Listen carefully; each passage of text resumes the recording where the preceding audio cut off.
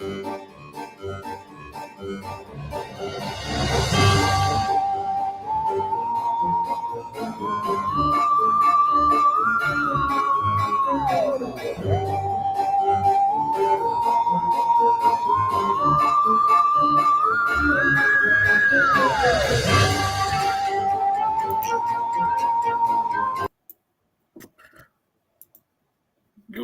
on.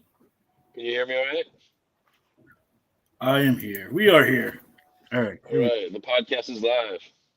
Yeah, how about that? Well, welcome. Oh, look, I don't want to just see me. What in the world?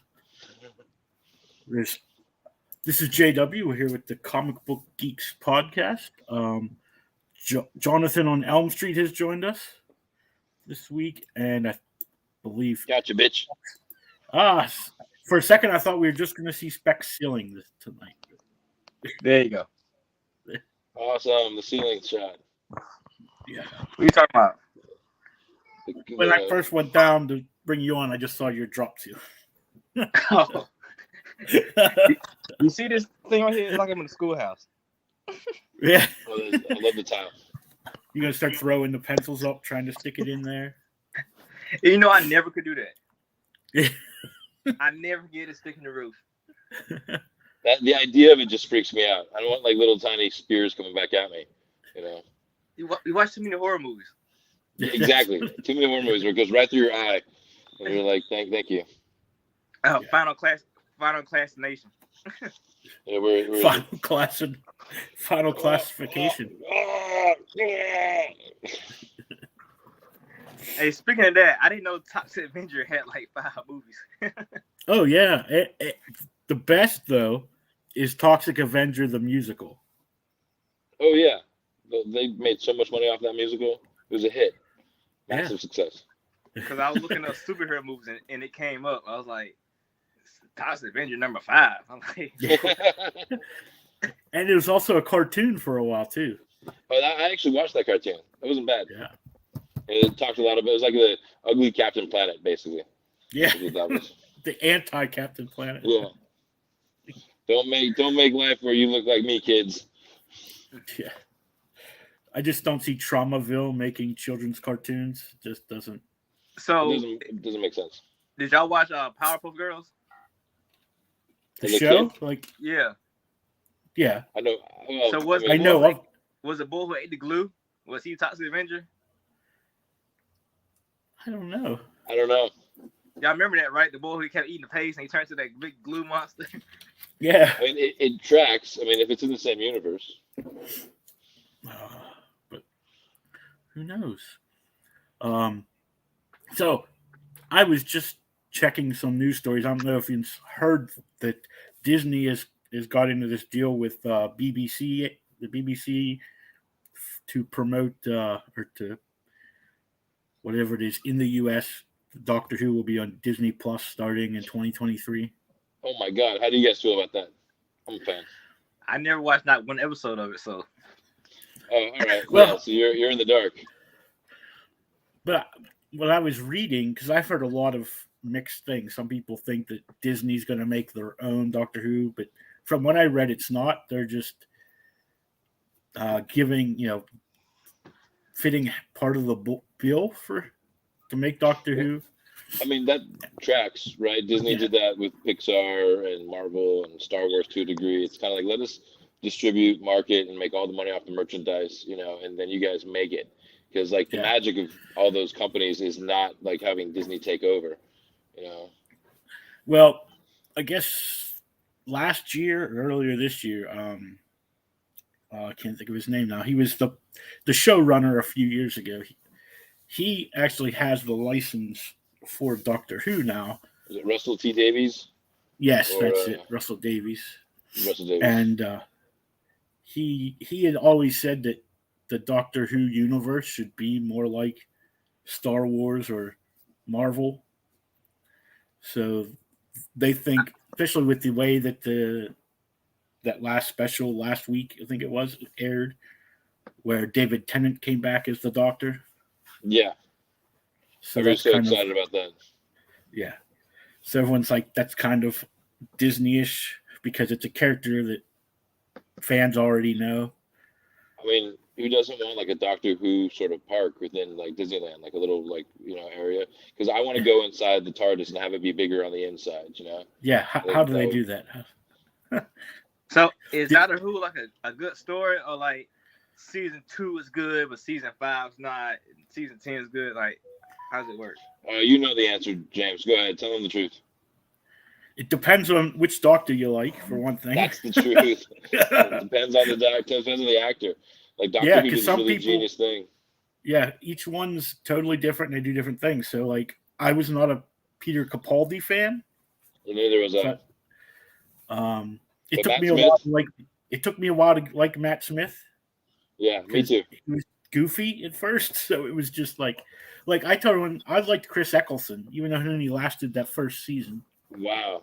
But he was kind of like a meaner Doctor to me. He was Yeah, more edgy, and like that he was the wore thing the with David leather Tennant. jacket.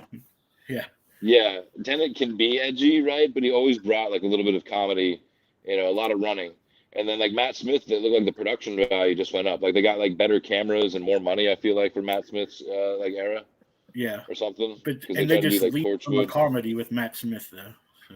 Yeah, I mean, I think And I he's didn't doing really, okay. I haven't watched any of the ones with whatever her name was, which the one who just left being the Doctor. Oh yeah, I'm kicking myself that I can't remember her name right now. But like at all these conventions, there are so many women that dress up like her Yeah. as like her version of Doctor, and it But wasn't they don't have bad. many options, do they? What? They don't have many options. Well, but all the Doctor's companions have been female characters. So Oh, okay. Yeah, for the most part. yeah, I mean, Like a but money, he might have a male companion, but he also has a female companion. So it's Yeah. always This last season with the new Doctor, the female Doctor, was supposed to be like a big change because they had this like old guy, Peter Capaldi, who just he was like getting more disappointing every episode. And I watched all of them. The stories were really good actually. Like they worked really hard to get some really interesting like stories. But when the new woman came in, she decided to do, instead of like a one companion, it was like a group. So she had like Yeah. 3 or 4 people with her, and they had this like 5-part storyline that I guess got started during the pandemic, but they didn't really like completely finish the season. So they just kind of like wrapped it up and called it like the snap or whatever. And this really convoluted, complex like story, and just like listening to them go through all the like different like ways they try to make time, space, and it fracturing it's make timey sense. wimey. It's timey-wimey, yeah. But yeah, but they have some crazy like villains. I'll tell you this about Doctor Who, like the Weeping Angels, and the Daleks and like the Cybermen. Like these are like just as like iconic to England, especially as the Doctor Who like character and his companions. So David Tennant coming back is probably gonna be a big deal. So, Yeah. Like how would you compare that to Moriarty? you mean like the Sherlock? Yeah. Well, I mean, Sherlock's definitely more based on, debatably more serious, like sort of backstory and lore. So there's a lot less goofing off. There's a lot less like trying to like have fun with like time travel and like visiting historic places, and like the way that Doctor Who sort of has its episodic things. You always know there could be a villain, like the Master. The Master is essentially the Doctor Who's Moriarty, right? And they've done a really decent job over the years, always bringing this character from the very beginning, like the very, very first season. There was this like nemesis, 60 years ago. yeah, and he or she, and the actors they choose for that villain have, in my opinion, been phenomenal. When like the woman played the Master, Mhm. she's like doing major Hollywood stuff. But in the time that she played that character, she brought such a more like menacing, maniacal spin on it that I hadn't seen before, and they also did a really good job doing like sort of like pseudo nods at like political stuff, like having like the one villain that's a super billionaire that would like betray the entire human race to the Daleks for just some like money. But yeah, if you watch Doctor Who versus Sherlock, I don't know, it's a good question because the same producer from Doctor Who went on to go make Sherlock, right? Yeah.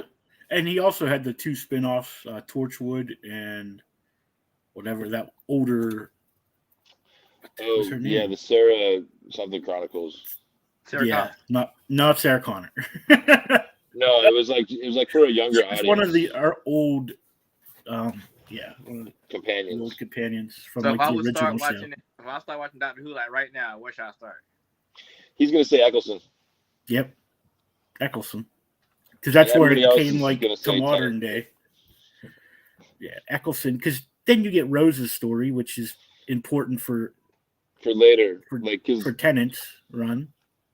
I'll tell you this: they did this scene for the 50th anniversary of Doctor Who, where it was like the three doctors: Matt Smith, David Tennant, and John Hurt, right, who played like the War Doctor. And if you didn't watch the whole backstory of Rose to see how she played into all of that, it's a little bit difficult to follow. Yeah. But I honestly think that 50th anniversary special they did with all those like actors and everything coming back was one of the best like stories that I've ever seen. You know what I mean? They did a really good job. Is it that Christmas one? Because they always like do it around Christmas. It's called. I think it's called The Day of the Doctor. Yeah, I remember it. Yeah. Because that's when Capaldi came in at the end, isn't it? Right. But all you saw was his eyes, so nobody knew how Yeah. he wasn't going to be great yet. Yeah.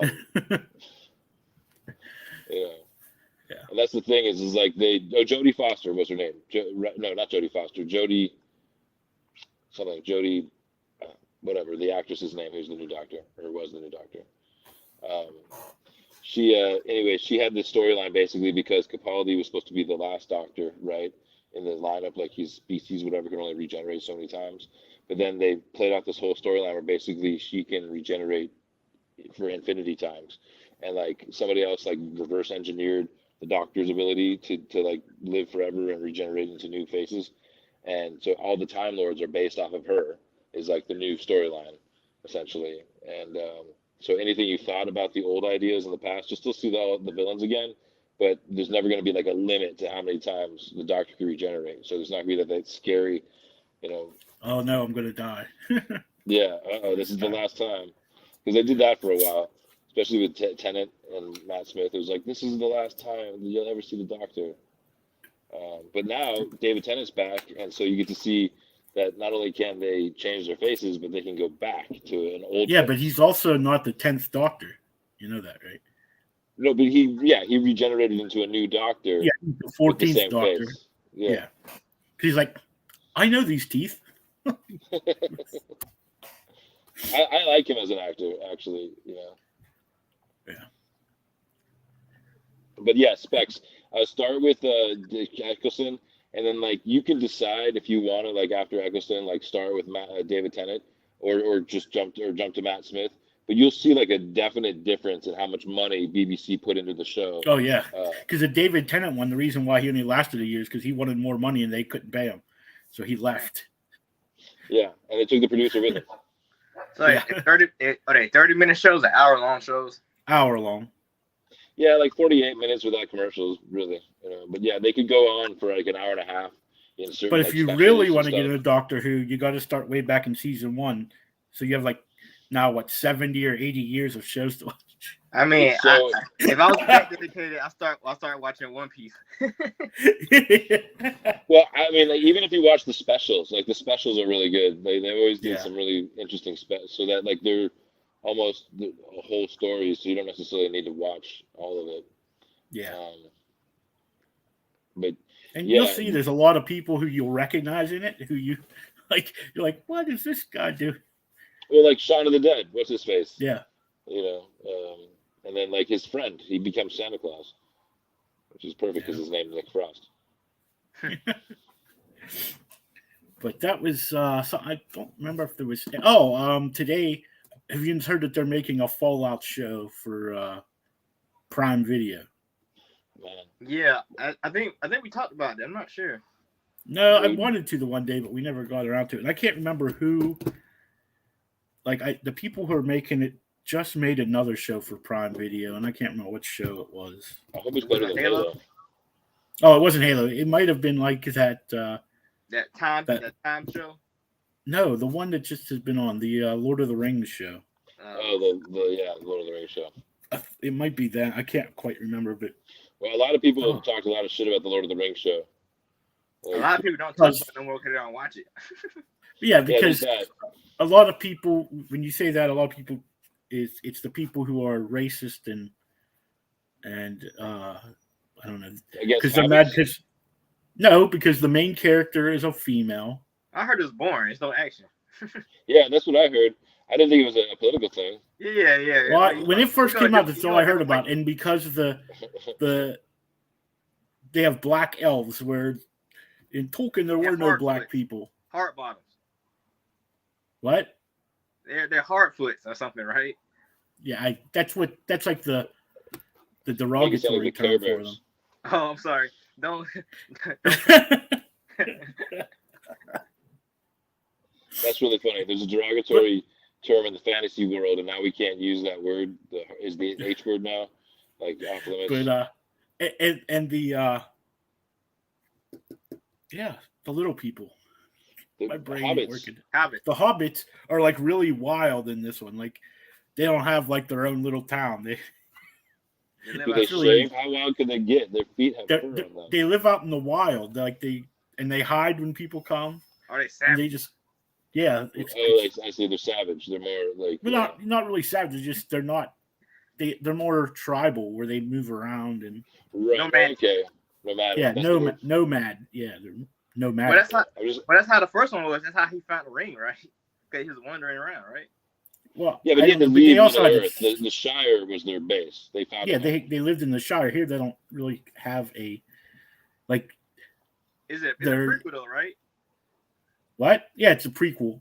Well, that could explain. They haven't found the Shire yet. Yeah, that's what it is. They're Yeah, just- they're nomadic. They're in their hunter gatherer hobbit phase. yeah, You know, but yeah. This is about them making the rings of power. Okay, so I'm definitely not a Lord of the Rings fan, but it seemed like the movies only focus on one ring. Because there was only one ring There's to only rule them one all. in the Oh, the so Lord of that's the like Rings. that's like the top tier ring, and the other Yeah. ring below it. They talk about it in the movie, but the other ones, I guess, eventually got destroyed, and that's why Right. this. So there used to be Okay. 9 rings, I think, and the 9 rings, all but one got destroyed. And so what we know is the Lord of the Rings, and then the Hobbit. Before that, he was the first to discover that ring. It's Was either still- 9 or 11, one of those like numbers. But they made like a ton for all the kings and the was it the kings, Yeah, the orcs, and the hobbits? No, not the hobbits, the elves. All had rings split up amongst them, right? So do they got different powers? Or all the Yeah, same well, like the powers? one ring causes invisibility. So Bilbo Baggins, the main ring, when you put it on, you go invisible. However, when you're invisible, the dark You go to psychic that. forces can see you. Like if Yeah. you're kind of setting off a signal to like the upside down before the upside down existed. And like at one point, Sauron, who's like this giant eye in the sky, basically like falls and so anytime. And the other part of it is besides like being seen by that character, the more the ring you put on, the more evil you become, the more it infects your heart. And like the Smeagol. Smeagol. Yeah, he used to be a hobbit. They got too obsessed with the ring, and Wasn't basically he the Hobbit? He was a hobbit. he wasn't was a the hobbit. Hobbit. He's not the hobbit. No. Oh, okay. In the Hobbit, he's the main. What's his name? Is that Bilbo Baggins' his friend, right? And that's where Bilbo Baggins gets the ring the first time. Yeah. Oh, okay. And so Lord of the Rings movies are really like they did a good job because they simplified really complicated writing, in my opinion. So the cartoon or live action? The cartoon's closer to the book, I think. Yeah, the cartoon's closer, I think. No. The old school cartoon. Yeah, I seen Yeah. that one. I never seen the live action. 'Cause, you know, Never cartoon. It kind of looks. Are like you the one person in the world that's never seen it? What the new one? The Lord of the Rings movies. I mean, You've never I've seen- seen the first 3. Like they're boring as hell. All right, well that's all there is. Yeah. And But did you watch got The Hobbit? movies. They got like 2 or 3 Hobbit movies. Yeah. they Well, have the 3 Hobbit movies are different. See, there's the Lord of the Rings, Yeah, you know, it's not enough lightsabers or starships for me in there, man. and then there's the Hobbit trilogy. You seen the Clerks? You seen what Yes. you know? Oh yeah. Just then they skips a little bit further. Up, there's a volcano. I dropped it in. All right, let's turn around now and just walk back. Yeah, man. The original trilogy, you know, is all about that, you know. Well, Yeah. see, the thing that they did get in the original trilogy was the ending.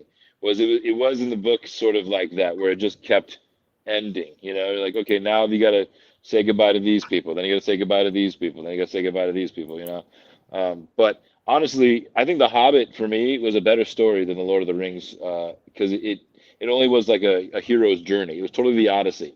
It was just the focus of Bilbo. It wasn't like everything encompassing Frodo and the process of Gandalf and all these other elements. Lord of the Was it too Rings is many epic. characters? Yeah, I feel like Lord of the Rings had so many characters that, in due respect to the books, at least they had some real solid story arcs for all the extra, the Boromers and all the different dwarves and stuff. There's so much more rich detail because that's what Tolkien did. But with with The Hobbit, the films, I think they did a better job getting it closer to the books because they didn't have as many characters. And plus, they had one book that they stretched out into 3 Yeah, movies yeah, instead of taking books that are this big and into one movie. So yeah. I saw an argument on social media. Why is the Game of Thrones series franchise, whatever it is, received better than this Lord of the Rings franchise thing going on? Murder and incest. Yeah, I mean, dragons are Dragons. still in both series, but like Game of Thrones really likes to add a lot of dicks. I don't know, man. Just so much penis in Game of Thrones. It's unnecessary. Honestly, did you see the South Park about that? No. Or, South Park. yeah, South Park goes to George R.R. Martin Butters, and they try to get the ending of the new Game of Thrones book because that would like solve the argument that everyone's having, and there wouldn't be any more war between the kids.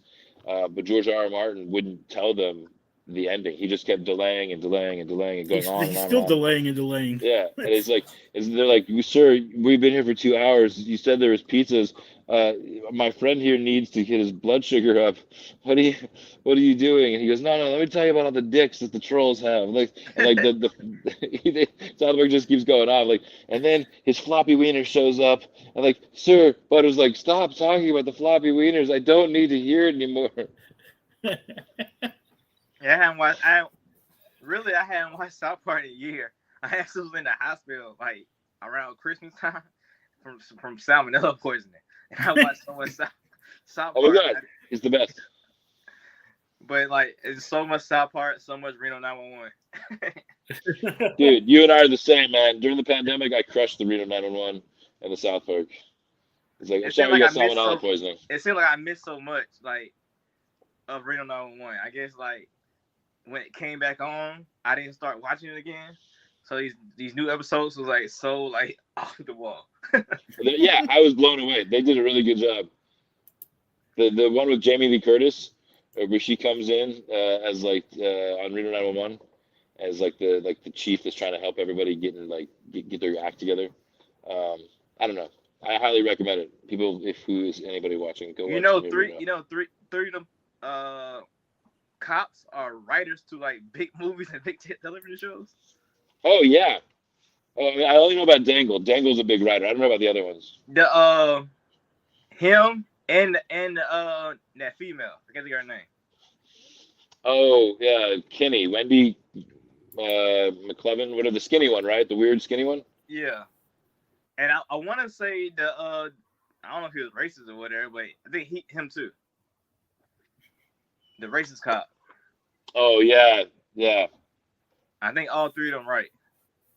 That makes sense. I mean, that show reminds me a lot of the was it Broken Lizard type stuff? Mm-hmm. Yeah.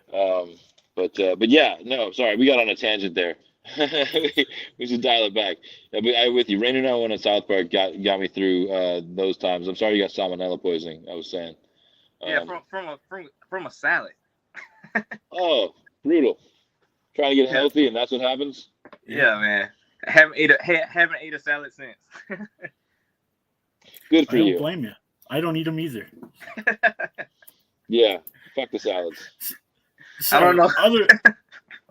Does this get a mature rating if I cuss? I always wondered. Yeah. Well, we're not monetized in a way. Yeah, there you go. Also, they announced it. Who was it? I gotta look at it up. Who did they just recast The Witcher? Henry Cavill's gone, right? Liam Hemsworth. The other brother. Yeah. Wait, not the one from Westworld, right? Yeah. Is that Liam Is, Hemsworth? is Liam Hemsworth on Westworld? Well, I mean, if you watch Westworld, you would know that there's the one security guard character that's a Hemsworth. Hey, Oh, did you I don't guys think see it's that? You him. saw Love and Thunder, right? And Yeah, like the two actors that came up to Valkyrie, it was Matt Damon and the other guy, and the other yeah. guy was a Hemsworth. Um, if that's Liam, then that's the same guy. Chris? No, Liam Hemsworth is the one from the Hunger Games. Oh yeah. All right, man. But I don't know how he's gonna replace Cavill, man. That guy really did a good job. I Well, feel like. I think it was the Superman thing, really, because apparently Yep. he really loved the character. He really liked playing the Witcher. And Well, yeah. so maybe But time. Wait, it's a time skip. Yeah, it's probably Yeah, it'll be a different Witcher. Either it'll be him when he's younger, or it'll be a different Witcher. Yeah. A time skip happens. That's what happens. Cause his what is it called? His prize or whatever the girl's called. She has to grow up to learn the skills, so it's around the time like The Witcher 3 or a little bit after. Oh, I got you. Well, that makes sense because they can mess around with whatever they want in that world, Yeah. But I'm just curious. If correct me if I'm wrong, but Specs, did you say that like something to do with? Because what I remembered was he was doing The Witcher when it looked like super like when the whole Justice League controversy happened. Sort of like he was over that. I'm guessing. So what I heard, the guy who was over DC, that old guy, he didn't want him no more. He wanted to go with a black Superman, hence the Michael B. Jordan rumors, and they kept pushing it. Then the guy just retires. The Rock and his people comes in and takes over, and they bring him back. So Okay. the guy who was over it there was a hold up because he wanted to have that black Superman so bad, and that's what everybody was like complaining and all the issues came from because they wanted to race swap or switch out Superman. Well, to be the Earth. I mean, 2 there's an explanation for a black Superman. Like he's that like the doesn't bother president me. of the But United States. it's a weird swap when Superman only has one movie. No, for real. Like it has to be explained. You can't just do it. They was gonna do it. They probably was gonna change it in Flashpoint and just act like it never happened. Yeah. All right. I mean, I'm not against it if you give me the reasons. You know what I mean? Like. I mean, it just don't make sense. Like, I don't know. I'm glad he's back. But Well, it was just weird that he was. I don't know. But that was going on. So he got to the Witcher character. He was doing that, and he enjoyed the character so much. Like, because he can't use the real voice. He don't have to use an accent. Yeah. So I guess now it's switched over. Well, is it because he's got Superman again? Yeah. I mean, it's not because he just drop down. I'm going back to being Clark. It's probably a time thing or a contract thing because he will be on the streaming service for HBO and versus Netflix now. So maybe it's a thing, an issue with that. I just thought after Joss Whedon, everybody kind of got tired and didn't want to go back, and so like there was a big career shift for a bunch of those people. And then when it all came back around with the Zack Snyder stuff, they were like, you know what, look at like friggin' Affleck coming back to play Batman. So that's what I thought happened. It was a guy. It was a guy who was over it. That one guy. He wanted so much change, and like. Well, now it's James Gunn. James Gunn, yeah, man. James Gunn got such a big career leap in that respect. I mean, I always thought of him as simply a director. He's the co-CEO of DC Studios. Yeah, that's hopefully, amazing. I want him to make a Booster Gold TV show. I'm ready for that. Yeah, I'm down. That's a great idea. But you have to have Blue Beetle in it. If you're I was gonna say you can't do Booster Gold without Blue Beetle. I want a Guy Gardner show. Honestly, I think Guy Gardner is like one of the most underrepresented characters because he introduced me to punk rock. when I was a kid and I started reading like the Green Lantern series, the only fucking interesting excuse my language again, the only interesting character in like that world was Guy Gardner to me, and he never gave a shit about the Lantern like being like something that he identified with. You're literally the only person that's like Guy Gardner. I never heard. I might be that guy. But I was reading it and I was down. Like I dug his energy, you know. That's just like my favorite Lantern is Kyle Rayner. That's mine. Like, yeah, I like him too. Everyone always, because I was like, that was the Green, he was the Green Lantern when I started reading that stuff. He asked my dad, it's Barry Allen, you know. It's for Flash, you know. Barry Allen. Well, Wally West is my Flash too. Yeah, same here. How old are you? 48. Those are my you guys are around the corner at the same comic book shop. Yeah. But just like everybody like Jon Stewart, I don't like Jon Stewart. I never. But when I did that TikTok video about him and researched him, I understand why people like him so much, because I guess his background and what he did, and it was just so much. But I mean, the Daily Show is a really good show. Yeah, TV shows and all that. I was like, man, this guy sucks. I just want to know how many Green Lanterns the Earth needs. Well, Infinity Earths. Where there's only two really. Hal Jordan, they leave him alone just in case he kills him for a fourth time. Jon Stewart, he's on that one planet doing his own thing now. Guy Gardner, he's not a Lantern. Oh no, Guy Gardner's a substitute Lantern or something like that. Then you got Salmon, how you say his name? That Salmon Bass guy, and Jessica Cruz. They are the Earth's Green Lantern. Yeah, that's what I thought. Kyle Rayner, I don't think he's Ion right now, but he's on Atlanta Core. I think he works on Atlanta Core. But isn't he Ion? I thought that's. No, he lost that power. Okay. Like he recently he just was in jail, and he just got out of jail for Dark Crisis. I don't know why he was. They broke him out of jail. Yeah, I don't know why, because he was just with Teen Titans, then he was on Justice League Odyssey, so I don't know when he got in jail, but the Far Sector Green Lantern, she's Green Lantern in the Far Sector, so that explains that. And then Teen Lantern's not a Green Lantern at all. So. But yeah, you got the Green Lantern Corps. I mean, there's a ton of Green Lanterns. And I think Kilowog, I think he's the Green Lantern of that sector that Earth's in. Gotcha. It's like, I don't know. They got a weird hierarchy. Right. Well, all I wanted to say about Guy Gardner was I don't remember what the comic book was. I mean, I know it was, I think, a Green Arrow, but there was a team up with Guy Gardner and Green Arrow at some point in like the late 80s, early 90s. They always do it. Yeah. But the way that this one was written was so punk rock. It was like they really just didn't give a shit. I loved it so much. So, and that got me into like really like enjoying like good humor in comic books, Not so much the political message, but good humor. Was Guy Gardner and Roy Harper doing drugs together? It was that punk rock? Yeah, that's probably what it was. That makes so much sense. But Roy Harper is not my Green Arrow, just so you know. Of course, he never was. He was Red Arrow and Speedy. Speedy, but who was? He's Arsenal now. Arsenal. Well, Speedy and then Arsenal, yeah. But there was that replacement Green Lantern in Green Arrow in the 90s. Isn't it like his son? Yeah, it was. But it was something. Are you talking about Connor Hawk? Connor Hawk, yeah. Was it Connor? Oh, yeah. I'm just now learning about that character from the Robin books. Like, I'm really confused. Yeah, he took over the Green Arrow like in the 90s when they were replacing all the characters. Oh, like they do. Yeah, I remember that. I got that series there was a minute that I was all about the 0 Hour series, and they brought those characters into that. Everybody was hating on the Green Lantern, so I mean that was a totally useless thing to add to the conversation. But seriously, yeah, they're the only group that didn't change through all the crises.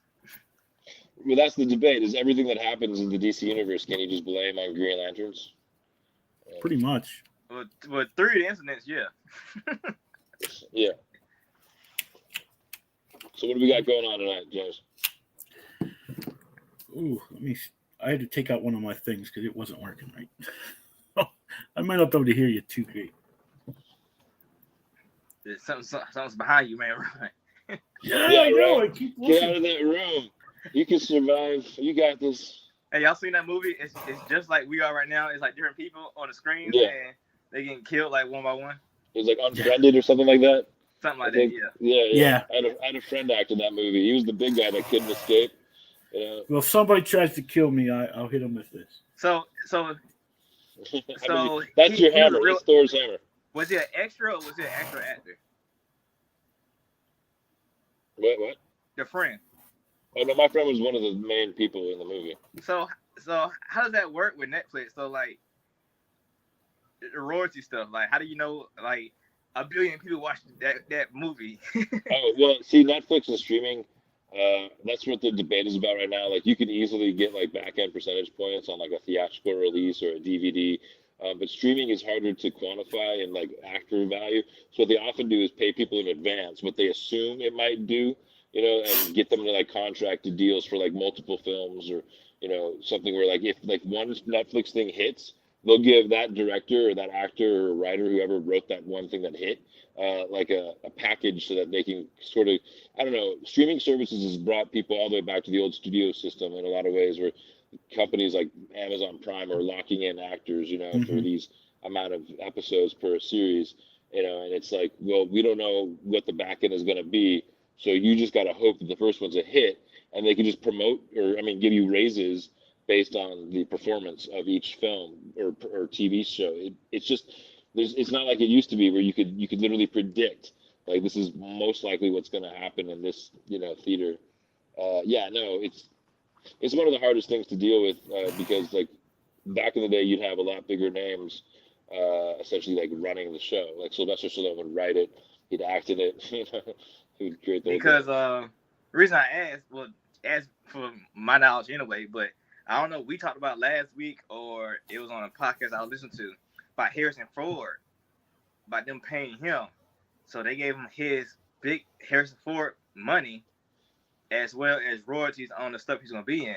And he's already like 90 years old anyway. So I was wondering like how much money they really giving him for these like streaming if he's gonna be in this series, that series, this series, and a movie. Like how much money he's really getting. If he's I think they put him like on salary. Already. I mean, like guys that old, especially like, I mean, I think he might be like an exception because of how old he is. They probably paid him everything on the front end. Like they paid him probably so much so that he's locked in on their contracts for whatever they need. Like Nick Cage is taking any job he can to cover his taxes, But Nick Cage, the king of direct-to-video. Right, but there's some great Nick Cage films. Otherwise, you know what I mean? Like, dude, with Lord of War, like, how do you deny that? But just because that shit happens, I feel like his family, Harrison Ford's family, if he like dies somehow in the process, they'll still be paid out in advance because streaming services can't easily predict, the back end percentage money of what he might get. You know what I mean? Like, how do you find out how to like split subscribers? It just doesn't work. Well, they have like some kind of way to like tell how many views certain things have. But I just read a thing about that it actually also counts like the flip throughs kind of views. So you don't even watch it. So it's like a lot of things say, oh, we've had this many viewers, but it's like, yeah, but that's also people who just watched like 3 seconds of it. That's really so like funny. YouTube. Yeah. Yeah. Well, remember when Bridesmaids got nominated for an Oscar, and what's her face, Melissa McCarthy got nominated for Best Supporting Actress. I don't know if she won or not, but it was only one scene in that movie that she was actually like really just a dramatic actor, where it like really was poignant. And I feel like that's how it's going to be for like things in the future. Like you're not going to be awarded for the entirety of the thing you're watching. It'll just be for the one comic book panel in the book or something. It'll be just for the one scene, that actor was in, because people, they're not going to watch the whole thing. They're not going to sit through all of that. I mean, and another thing, I've been trying to sit through like Seinfeld and Big Bang Theory and Modern Family on like streaming services, and it feels weird without commercials. I mean, does it make sense? To break up like the bits. It doesn't. It goes. Yeah. See y'all rich. Y'all pay for the ad free stuff. I still got the ads in my show, so Are you they kidding? still come up. I have the best friends that gave me their passwords. What I hate, I'm trying to think of what I watch stuff on with commercials. I want to think it's Peacock, maybe. HBO Max should have them. Like, it's crazy. Like, sometimes I have them, sometimes I don't. It's weird. Yeah, some things aren't, but I have HBO on my cable, so I get HBO Max for free. But Cable. yeah, I have cable because it's cheaper. Yeah, see, back in the day, they would judge you for being on the spectrum if you might be autistic, but now they'll judge you for being on the spectrum if you're a cable user. Yeah. I have Xfinity. I have, Ooh. Oh, that's the nice one. It's like Bell South, ain't it? AT&T? Is that AT&T? What, Bell South? Xfinity. It's Comcast, Xfinity, Comcast, Yeah. NBC. Is it? Are you? Yeah. You know, it. Well, you're the one who always has internet problems, so I don't know what you're talking about. Yeah, he has Verizon. That's what he uses. Yeah, I mean, Heck, before just a couple weeks ago, I was using Verizon DSL on our shows, and you were still having worse connection than me. it compounded. You had Verizon on your end, Verizon on my end. It's just going to be worse. Seriously, I can't hear you now. That's what it feels like. What? Yeah. So we got some we got some crazy movies going on that we're Yes. talking about. Yes, we have our top 5 of the 31 days of Halloween countdown coming. Oh, good. If we bullshit anymore, I was worried you're gonna ask for my passwords to my Disney Plus. Oh, do you have a password for Disney Plus? Hey, you know what's funny? If we all got Verizon, we all had Disney Plus for free. That's right. All right. This episode sponsored by. Yeah, but that wouldn't be fun because then we wouldn't be able to talk about anything except Disney stuff. I mean, that's Marvel, Star Wars, Simpsons. The Muppets. That's it. We got a good little track record. We can talk for a while. Doctor Who soon. I mean, I think there's a lot to cover. Family Guy. We need to talk about everything. They said Family Guy's back being good. I've heard that too. Really? I've heard that about The Simpsons also. Like, I watched The Simpsons last week, and there was a great moment where Marge gets hired to go on the road, be like a road manager for some musician, and she looks around and she goes, all these PAs, all these interns or whatever. She's like, "What's your guy's name?" "Well, it's actually Steve. It's actually Michelle, but we all go by Jordan, right?" And it's only funny if you're in the music industry or the film industry that you realize how many friggin' Jordans there are that are PAs, that are assistants, that are interns. That it's a constant thing that you can go out and be like, "Hey, Jordan, get me a coffee," and like 10 people named Jordan, man and woman, will show up. Yeah. I want to watch tonight. I'll probably watch it tomorrow. Is it the Treehouse of Horror? It's got to yes, be the Treehouse of Horror. Is that and the Death Note episode? Yeah, there's the Death Note like part in it. Yeah, where it's they redid them like anime and they look like real people instead of. Oh my God, they look like anime people. Yeah, but they look like, like actual people. They have human color. They're not yellow. They have like hair. I still want to see the guy, whoever plays Homer, only have 2 strands of hair. Like, it doesn't make sense to me not to have only the 2. Like, this really bad 2-strand. It's a comb over. Yeah, exactly. What I want to know is why Charlie Brown only has that one curl in the front of his head. And how does it stay? Like why isn't the one curl over on this side one day or on the other side one day? It's always like perfectly tight in the middle. It's like Mickey Mouse. Just one hair. Wherever it goes, it stays. Yeah, exactly. It's an optical illusion. It's an optical illusion. But anyways, before we get into the top 5, we're going to just go through numbers 6 through 10 again for those who weren't around for last week. So here we go. It was funny last week. It's like really, really loud, and it sounds like you really got a drum pad. Last week or just now? Last week. Well, I don't know now. It's live, so I don't know. Well, last week, yeah. When you go listen to the show, it sounds like you got actually the snare drum going. Oh, that's cool. So number 10 was Trick or Treat. I actually got to watch this past week. It was funny. That's the best way I could think. That's what I Like heard. I heard it wasn't as like scary. yeah, I it never was saw it, funny. but tell me why it was funny. Well, it's just that I don't even know how to explain it. Like it's kind of like an anthology, but all the stories are connected through Hmm. and just the stuff that happens makes it funnier. Like there's nothing scary about it. It's No, just that's exactly what I rather heard. stupid. Yeah. But number 9 was the Poltergeist. I'm sorry. And for our wait, go back.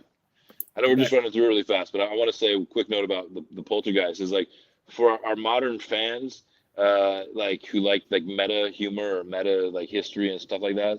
This movie was probably still notorious in the film industry as one of the scariest shoots to work on, like the insanity of stuff that happened on set, and Yeah, the death it was cell very surrounding it. cursed. Oh my God, on levels that like you have to read the book about the Poltergeist, the behind the scenes, and you'll it's like way before there was Ghost Hunters or BuzzFeed Unsolved. This documentary like basically laid the foundation, in my opinion, of how those shows are now. Because it really shows clearly how like spooky it had to be to work out on that fucking creepy set. So, anyways, done with that. And number 8 was The Ring. Number 7, Nightmare on Elm Street. I'm the nightmare tonight. I noticed you're Jonathan on Elm Street. Yeah. Then number 6 was Dawn of the Dead. The 2 Dawn of the Dead. I'm partial to the 1978 film only because it was filmed where someplace I could go tomorrow if I wanted to, and it still sort of looks the same. That's how I felt about the update one because it was like an LA based Dawn of the Dead, Yeah. and like they shot Jay Leno zombie in the crowd. I think Yeah. I had genuine nightmares because I was like, that's Burbank. It wasn't Burbank. It was somewhere else, the Hudson Mall, I think, or something. Yeah. But regardless, that movie scared the shit out of me, Yeah. and I was a grown man.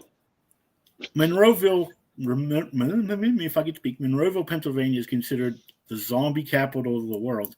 And this is the only reason, because that's where Dawn of the Dead was filmed, in the Monroeville Mall.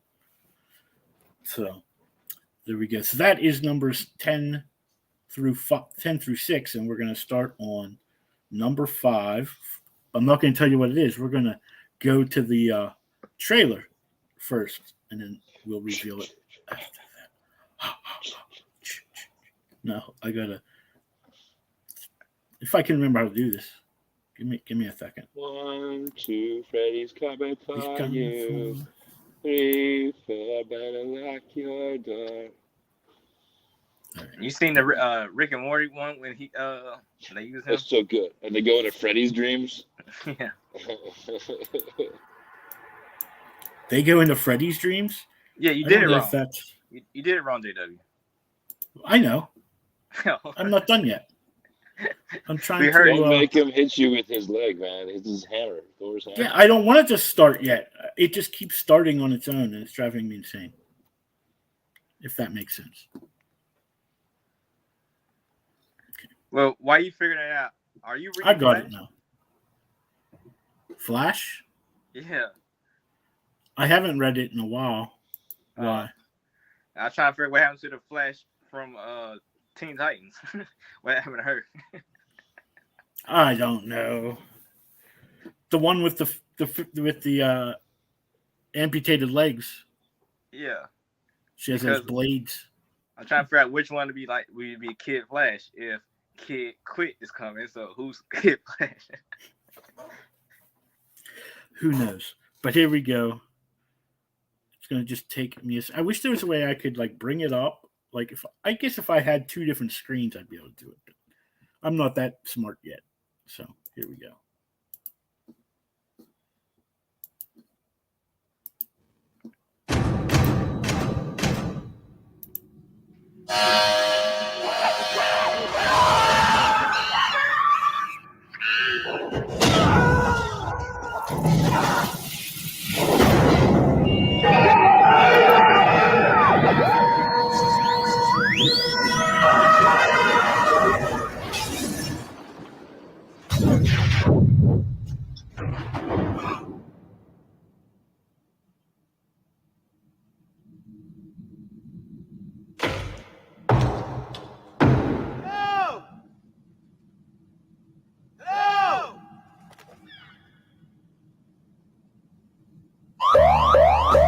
So who are you?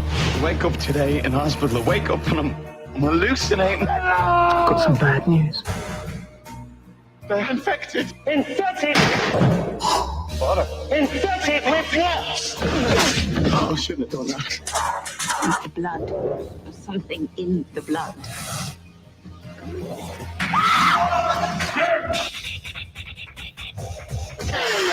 Lesson 1. You never go anywhere alone unless you've got no choice. Hello? Lesson 2. You only travel during daylight unless you've got no choice. See, this is a really shit idea. You know why? This is obviously a shit idea. You have to leave now. More will be coming. They always do.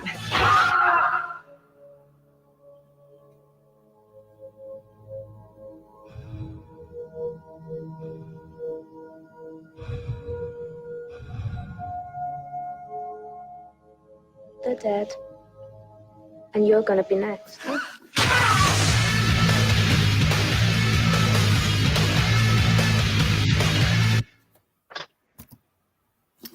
Ooh. You know what's funny? It sounded like Jonathan had a voiceover in there. Yeah, right. They're coming So for that- you. It was like So it that's- sounded like a good idea. I would love that job. You know what's God, funny voice. about this? It's been so long since I've seen this, right? Yep. But I've seen 28 months later and 28 that's- weeks later and 28 months later. Yeah, there's two. I don't know. There's two sequels, right? Yeah, I Pretty seen sure. those I only know way the more. one. So. I seen those way more than I've seen this one. It's crazy. This one wasn't like those other two. I mean, it was and it wasn't. You know what I mean? Yeah. The I've seen second. this, but it's crazy how I haven't seen it as much though. I don't know. It's weird. I think they really like stepped up their like level of how many zombies they got for the second one, the sequel. Oh to yes, this. definitely. Yeah, I always liked the evolution of the zombies in this movie, where they weren't like they weren't even zombies really. They were just infected people, and they They had run like rabies. yeah, Yeah, when And- they and their start blood- Rabies. yeah, when and they start didn't have to screaming, bite oh my you. God. yeah. They didn't have to Yeah. bite you. You just got their blood on you, and you'd get infected. So Yeah, that was a gross one. I agree. yeah, So But what I came like the first? music. So Sorry, what came excuse me. first, this or The Walking Dead? This Well, came first. No, I mean Yeah. Well, I mean the book. You mean the Walking graphic Dead, novels? The book Walking Dead or this movie? Oh, that's a good this question. came before the comic. Yeah, Okay. So that whole Rick thing of Rick waking up in the hospital, like nobody says, "Hey, let's sue for that thing." I think it's happened in other things too. It's why it's Yeah, it's not like I think they've done that with like other like things like with vampire like movie series and TV shows where movies where like the vampires have taken over the world, with the hospital waking up thing. But I hear what you're saying. This did come out though after Dawn of the Dead. I'm Yes. pretty confident about that. Like I went on like not the original but the remake. I went on like a zombie phase for a while, which might have been why I had these nightmares and probably should see a doctor. Doctor Who. You know. But yeah, this movie definitely was like a really long, like it took a while to get into.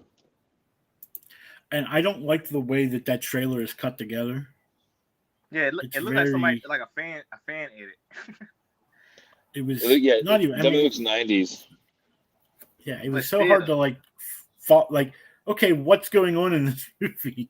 And it's just like quick cuts and If I didn't know it was Danny Boyle, I don't know necessarily if I would have wanted to go see it. You know. yeah. Because I mean, and also the soundtrack is this great electronic duo Underworld that does all of Danny Boyle's music. So I didn't know that until I didn't realize that he did 20 Days Later for some reason. I thought it was somebody else, but it makes sense now. But with I the think- actors. I think the movie didn't do good in like first week. I think people talked about it later on, and it got Yeah, popular. it was probably one of those that did better, in video release. And Well, there was rentals. a Blair Witch sort of like era. I think this was in that era too, ish, where not the same style, but like there's a certain demand for like a resurgence of like sort of oddly shot horror films, you know. Yeah. And this was one of them. Wow. Any Time The to trivia? move- story was cool. So time to move on to number 4. No, where's your trivia? You need your trivia for this one. I didn't even. All right. Talk amongst yourselves. I'll bring it back up. Yeah, let's get the trivia back out there. So this actor who was the lead in this movie previously was in The Full Monty and Is this the one? Does this have a TV Trainspotting. show? No, it did 20 not have a Days TV Later. show. No. Hmm. Although I can see some similarities between this and Z Nation on a Yes. really silly level. What year did this come out? Trying to 97. see. 2002. Oh. 2002. Black It Summer. looks you guys like ever it's. see, It Black looks Summer, much the older Netflix than that. show? Huh? Sorry. There's a show called Oh. Black Summer that's a recent show on Netflix that's like an English TV series Yeah. about zombies, and that reminds me of this as well. Well, I thought that's who it was that was in this. Of course, Cillian Murphy is the main character. You know him probably from Batman Begins and the other Batman movies. He played the Scarecrow. But Christopher Eccleston plays the villain in this. That's what I thought he was. So we're getting the call back there. Nice. There you go. Doctor Who's everywhere. Even in the apocalypse. So okay. I mean, It he's says really this- in every apocalypse. Go ahead, sorry. All right. Well, this film was shot almost entirely in sequence. Only pickups and a few reshoots were shot out of sequence. So that's So I'm not a oddity. film head, but what does that mean? It means they shot it in the way you watch it. Yeah. Whereas most movies they pick and choose scenes to film whatever. They shoot it. They So shoot they it out cut- of order. So they cut corners. They want to hire a storyboard or an editor, I guess. That's funny. It's probably, who knows? They just thought maybe it would go smoother. Maybe if you just shot it in the order that it's written. I mean, logically thinking, if it took a year and a half to film, the actors would age appropriately to the movie. So, like, the movie got longer and they start looking older, and hair got longer. And when the movie progressed, it'll make sense that way, I guess. You don't have to worry about somebody cutting their hair or anything like that. I mean, the other thought that I had was if they shoot linear like that, then they could give the pages of the script that they want to use in it, like the actors might have read the script originally, but then they could forget about it and just get the pages for the scenes they're in, and like emotionally not have to like jump around. Like, oh, now we're shooting the ending, but we haven't even shot the beginning yet, And usually when they shoot these things out of order, it's because the location or an actor's schedule makes it so that it's easier to shoot these scenes like here and then shoot all these other scenes here, even if it's out of order time-wise. But it's a director's dream, as far as I know, to shoot things in order, because then you can literally work with your actors, and not have them have to like go through like the mental, sort of work they have to go through to change the time that they're in. It could be we're shooting today and it's this scene, and then tomorrow on a different shoot, they're shooting, 4 days later, and then they come back to that previous day they shot the next day. And so every time the actor has to like rethink about where they're at and why they're doing what they're doing, and it gets annoying. It's like, or today we're going to shoot this sex scene with your, wife. Well, today we're going to film her death scene. Now tomorrow we're going to film the sex scene. So you're like, right, totally. What? Yeah, I mean, it messes with the actor's head. But in this movie, I bet you it was like a dream for Eccleston and Cillian Murphy, because like they just had to essentially like go, okay, it's another day. Yeah. Like this movie was really, to me, was just it was a good movie, but it dragged. So by what y'all saying, that means Wakanda Forever was a nightmare to film. Probably. Did they shoot that in sequence? No, they started filming it before he died. Then they had to quit because she got hurt. Just total nightmare to shoot. I'm sorry. I mean, but I can't So see they a lot would of those shoot Marvel all the movies. parts she wasn't in. Yeah. Especially when you have to act with like a ping pong or a tennis ball or whatever. Like they're like, okay, so this right here is the Hulk. You're talking to the Hulk now, okay, and it's just a tennis ball. and you have to like get into character. But yesterday you were talking to Smart Hulk. Today you're talking to Stupid Hulk.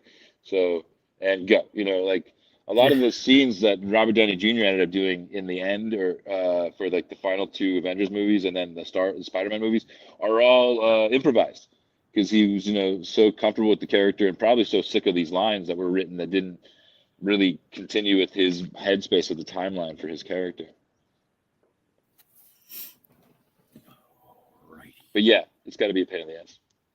Yeah, and then I also read here that in the U.S. film, they originally changed the ending to a more downbeat ending. What? But then eventually they end up going back to the original happy ending because it didn't test well. And Danny Boyle decided we can't do this to people because it's such a tough journey anyway. So he just thought it wasn't good for it to be so dark to begin with and then have a down ending. Oh, God, so funny.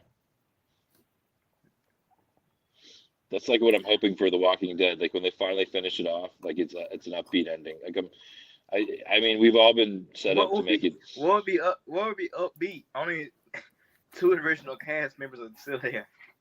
Yeah, but the only way to be upbeat is if they like find a cure and like start. No, that doesn't happen. Did you read the comic book? Yeah, no, I know it doesn't happen. But when has the TV show totally been honest with the comic? Yeah, but I mean, it's gonna. Anything before season 3. Yeah, it's going to probably not end with a cure because that's why they have the spin-offs and like there's the Michonne and Rick miniseries. There's the Negan and Maggie New York City of the Walking Dead, and then there's that one's gonna be really good. Negan and Maggie. That story is actually gonna be awesome. I mean, in New York City. And Daryl in London. You know about that one? Yeah, and that's the Daryl one. It's Daryl and Carol where he's looking for a cure. I wish it was Carol still. Yeah, Carol said no. Yeah, she originally wanted to, but then she's like, I'm burnt out. I can't do this anymore.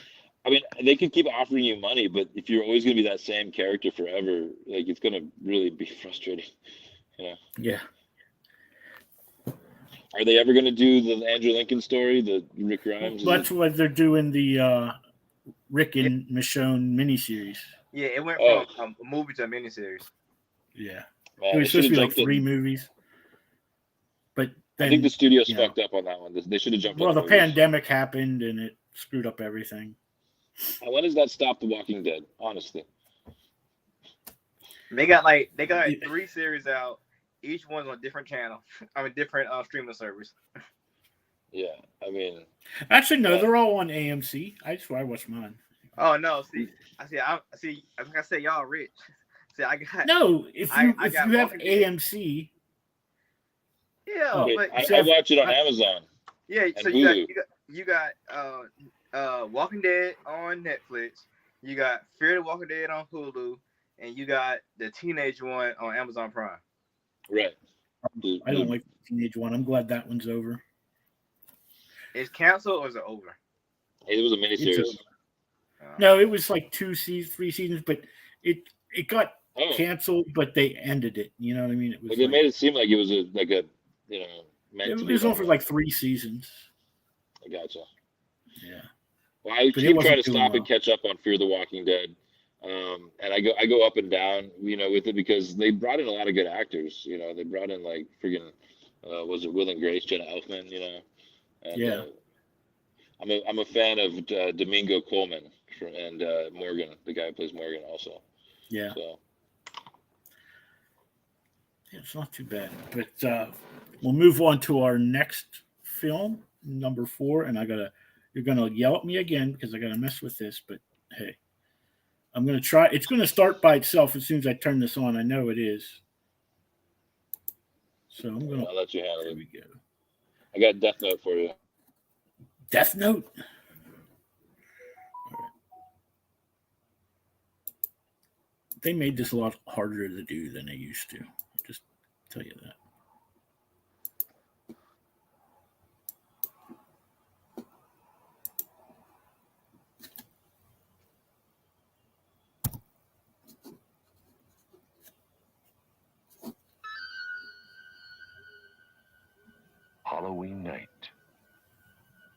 small American town 15 years ago.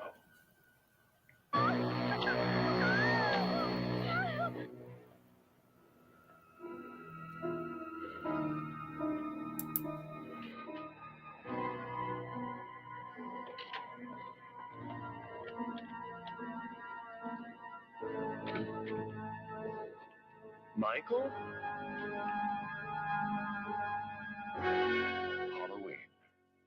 I spent 8 years trying to reach him, and then another 7 trying to keep him locked up because I realized that what was living behind that boy's eyes was purely and simply evil.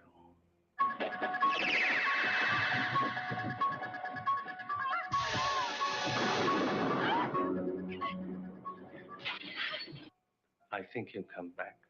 Exploring uncharted territory. Totally charted. Just talk. Sure. The only reason she babysits is to have Halloween.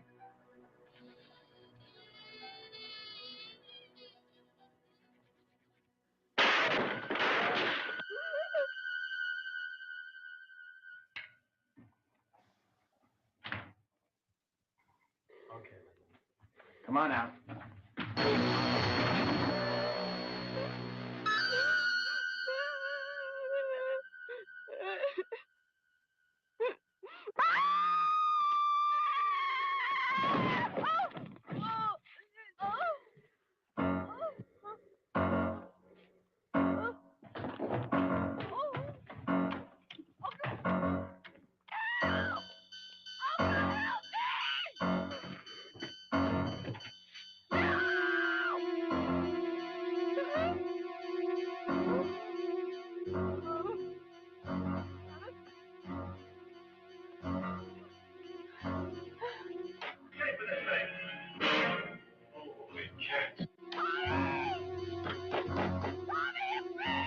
Halloween. The night he came home.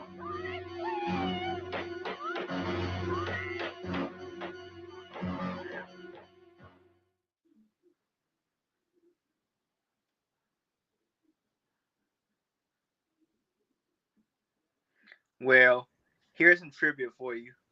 I never seen any Halloween movie. I've only seen the one, the 2020, not 2020, the 20th anniversary edition one. So I know that doesn't count, but I got to meet Jamie Lee Curtis after that, so that was pretty cool. I think I don't know. I think the trivia about this movie is sometimes more interesting than the movie itself because it's been spoofed so many times. I mean, I think this movie might be the most spoofed horror. Hey, your film. mic, you muted. Yeah. Or no, JW is. Yeah, I wasn't talking anyway. Just reading. Are you Well, are you JW. a fan? Are you a fan of it, JW? Yes, it's my favorite. This was my number 1 film.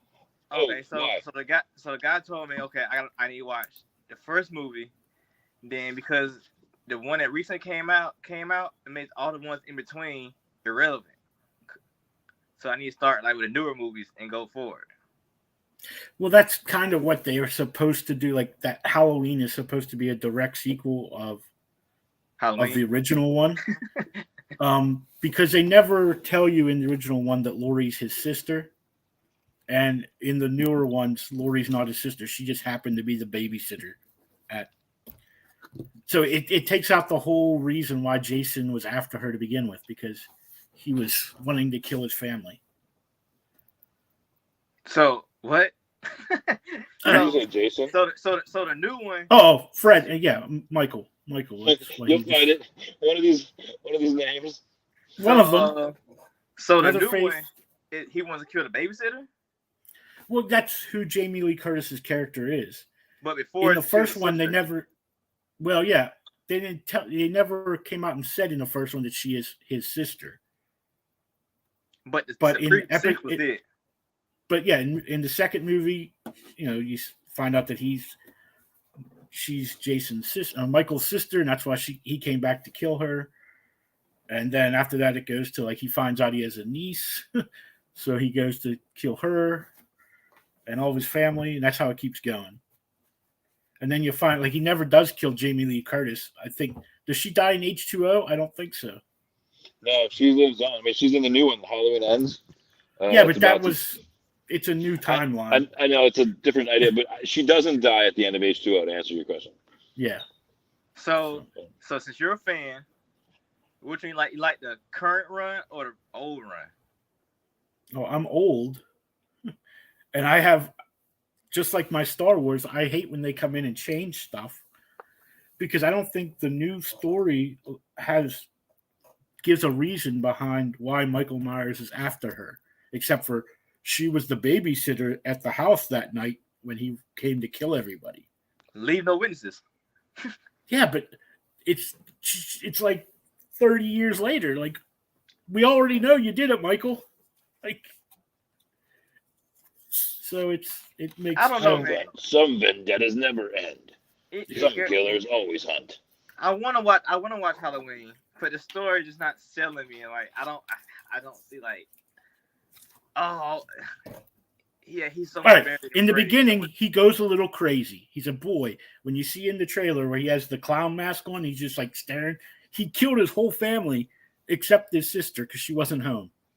So they send him away to this like insane asylum, and that's where Dr. Loomis is his doctor, and he never like changes the whole way through his life. He just is like no emotion. He doesn't talk.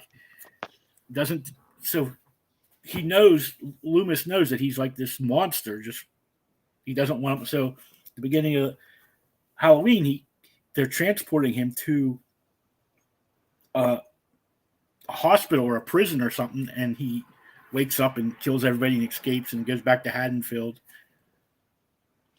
Now, in defense of JW and what Specs is saying is, I didn't watch the Scream series really complete. I saw the first one, not Scream, excuse me, Saw. I didn't watch the Saw series until like it was all available except for Spiral, the newest one. And I watched all of them, all the way through because I always thought the same idea. Like, this is a really dumb story. But then when you get into it, there's some underlying actual lore that like people globbed onto, and that made it interesting beyond just the way people are dying. And so I feel like that's the thing is with Halloween fans, they're in it. Like there's stuff to it that they found that I don't know. It just seemed like another slasher film to me. So when he's to become, is he immortal? Is that what's going on? No, he doesn't feel pain or anything. So that's why at the end of the first one, he gets shot and falls out the window, and everyone thinks he's dead. And then when they look out again, he's gone. Why does he wear that? So that's why in the recent one they swap him out. Yeah. Oh, okay. Well, the Rob Zombie one made him more of a psychopath demon. Yeah. Well, because it was his mother. It's the Rob Zombie one is messed up. So the original story. Tell us why the mask is the mask that they use for Michael. Why like the real mask? Why it's that mask? Yeah. Come on. Well, the guy who the movie only had a budget of like $17,000, $300,000. A 17-day shoot. Okay, is what it cost. They didn't. Michael Myers never had a name in the movie. He was the Shape. So they needed to have a mask. So they sent like the prop guy down to this Halloween store, this costume store, to just buy a mask. So he got like a couple of these clown masks. Like one was like, the sad clown. The other one was another clown. And then he's seen that there was these like Star Trek masks. So he just bought a William Shatner mask because the face was just blank and it had like dead eyes. And he took it and he teased the hair and he painted it white. And when the actor put that mask on, they tried the other ones first and they put that one on. They're like, that's it. That's the mask. Michael Myers is actually Captain Kirk. Yeah. At least in the original one. They've since made his own mask. Yeah. That always makes me chuckle. You know what I mean? Like that. Yeah, man. William Shatner to me is probably one of America's weird and say what you will about his history. He's probably like somehow always in little bits and pieces of American culture. So he's always popping up in places. He's helping people rent hotels. Yeah. See, there you go. This episode is sponsored by Priceline.com and AT&T. Yeah, there's a lot of neat stuff about this movie. Again, if you watch on Netflix right now, it came out last year. It was Movies That Made Us. They have like a horror movie season. And they talk about this and how this was the original slasher film. Like, there really wasn't such a thing before this. And the guys who made it, like John Carpenter and the executive producer, they were like real movie people. Like they didn't want to put gore and blood in it. So there's no blood in this movie. You never see Michael actually stabbing people. It's kind of like the Psycho thing where there's no blood in Psycho either. So you see him like swing the thing, and then you see the people's face, their reaction, but you never actually see the knife going into people and blood and everything. I'll say one last thing about this movie series because he is technically a member of the Slash Street Boys. I don't know if you guys have heard of the Merkles. Yes, oh I my see. God. Slash So Street like Boys.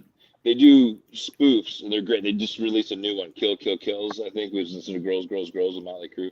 But like each of our favorite, 5, killers.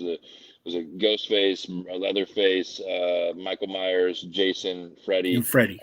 And Freddie, they all basically are a boy band called the Slash Street Boys, and they redo like Backstreet Boys songs, like "I'll Kill You That Way," or "Counting Bodies," or something like that. There's all these fun little ones, and so it's great seeing Mike Myers do his bit. I just feel like if we're going to talk about Halloween, I want to give a shout out to the Merkles because they have such high production value. I don't know how they get away with that shit. They must be gone like breaking all these copyright laws, but because it's spoof, because it's parody, I guess you can get away with it. It's really funny. Look at Weird Al. Saturday Night Live. Yeah. It's strange when like the only guy in music without a scandal is Weird Al. Everybody else has some shit that's happening. Until Kanye gets hold of him. I forgot to put our thing up here. Now, I do want to talk about one other movie that's in this franchise. So, Specs, if you ever go to watch it, you can skip Halloween 3. I actually love Halloween 3. Now, what's the one that came out in 88, I believe, or 87? I don't know. Halloween 3, The Season of the Witch, has nothing to do with Michael Myers. It's about these masks. There's these 3 masks that kids buy for Halloween, and if they have them on when the commercial comes on, this little tag in the back, and it like melts their heads. So, wow, and nothing to do with Mike Myers at all. That's a trip. Yeah. So there you have that Halloween 3, Season of the Witch. Yeah, somebody told me the one in 88 was the best one or something like that, or 87. I got to think which one that is. But Halloween, maybe the Halloween films and like the Puppet Master films and these like series of movies that went up like 7, 8, 9, 10 sequels or whatever. I think, like again, I said this last time. I think was like the highlight of the video rental era. And just like constantly throwing out money to make these films just because they wanted new content like every week, every day, man. I know people were renting new shit every day. Like, hey, I need something to feed my, like demand for content, which is like no surprise that we got the internet, Yeah. Content creators. Ahoy. So let me get ready to start the next one. If I can. Have y'all watched Blockbusters yet? Say again? Have y'all watched Blockbusters yet? No, the documentary. No, the TV show. Wait, isn't it take place in a blockbuster? It's about. Yeah, it's about Blockbuster. They work at Blockbuster. Well, I don't know about you, but I remember when I was a kid going to Blockbuster and just being like, "How do they have a whole wall of Jurassic Park?" But they don't have. I think I still got my card. All right, here we go. That's good. I don't suppose they told you anything in Denver about the tragedy we had up here during the winter of 1970? Well, a man named Charles Grady is the winter caretaker. He came up here with his wife and 2 little girls, I think about 8 and 10. From what I've been told, he seemed like a completely normal individual. But at some point during the winter. He must have suffered some kind of a complete mental breakdown. He ran amok and killed his family with an axe. You can rest assured, Mr. Ullman, that's not going to happen with me. Oh, is that true, Jack? Yeah? You really want to go and live in that hotel for the winter? Sure I do. It'll be lots of fun. Yeah, I guess so. For some people, solitude and isolation can of itself become a problem.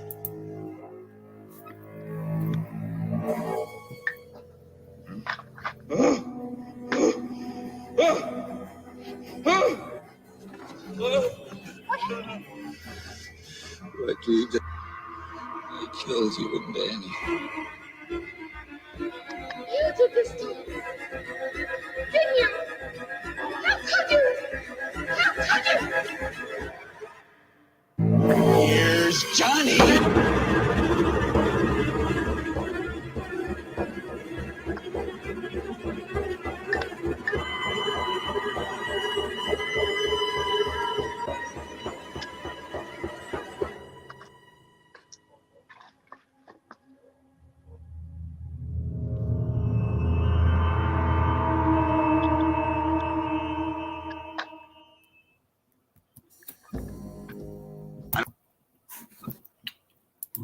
So, number 3 is The Shining from 1980.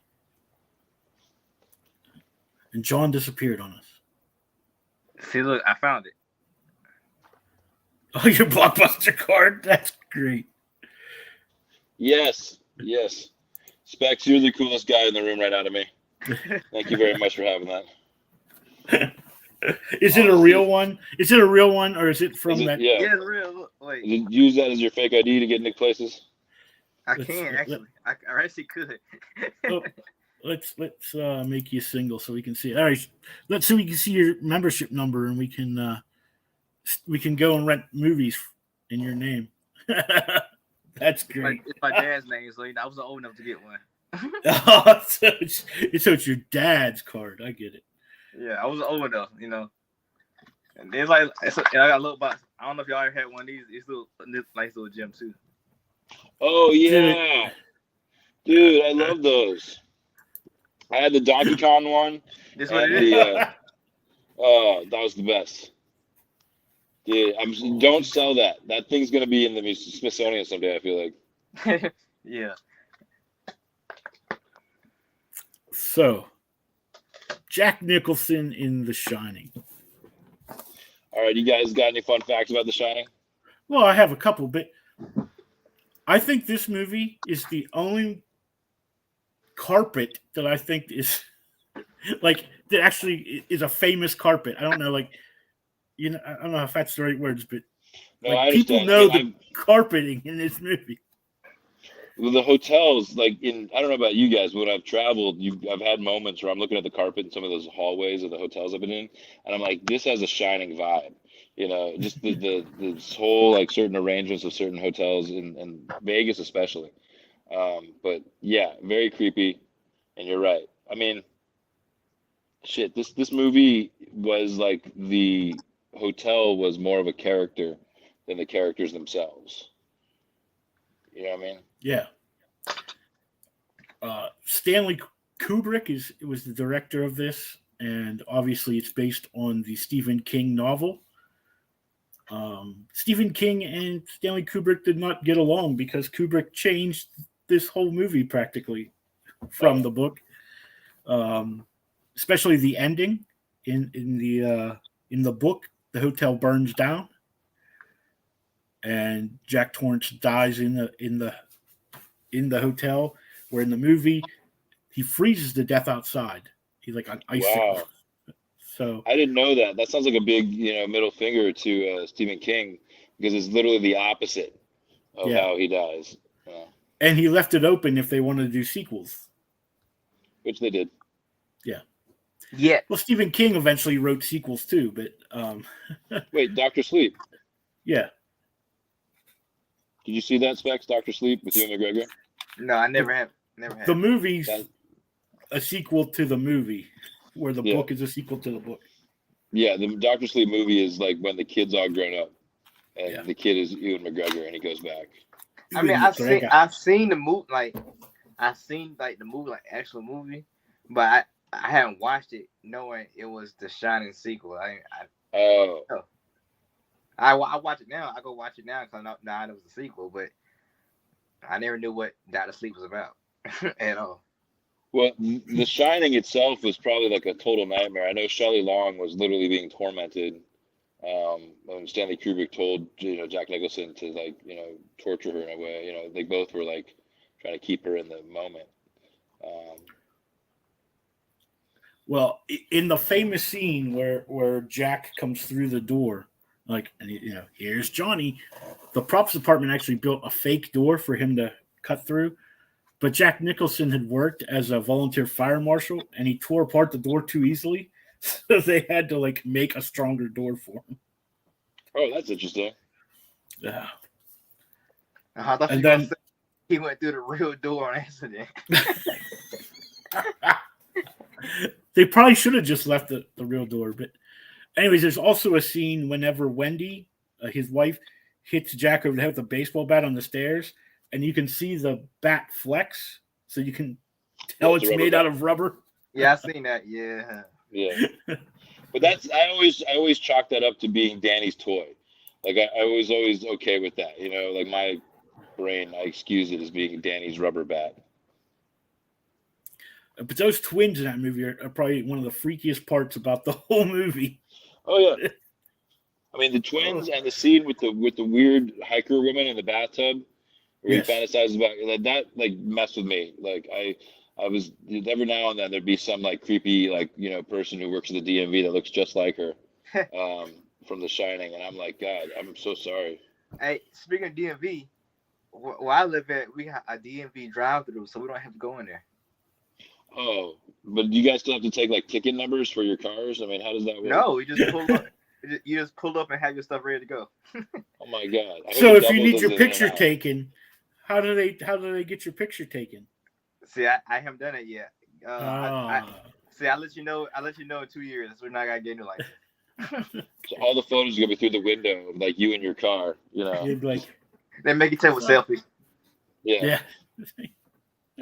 I speaking of Halloween and DMV, last year or a couple years ago, before the pandemic, a few years ago, I had to go to the DMV, and it just so happened because it was on Halloween coming up to my birthday, that I went, and everybody, employee-wise, was dressed up on Halloween costumes, and it was the only time I feel like I remember any of them being happy, just that day.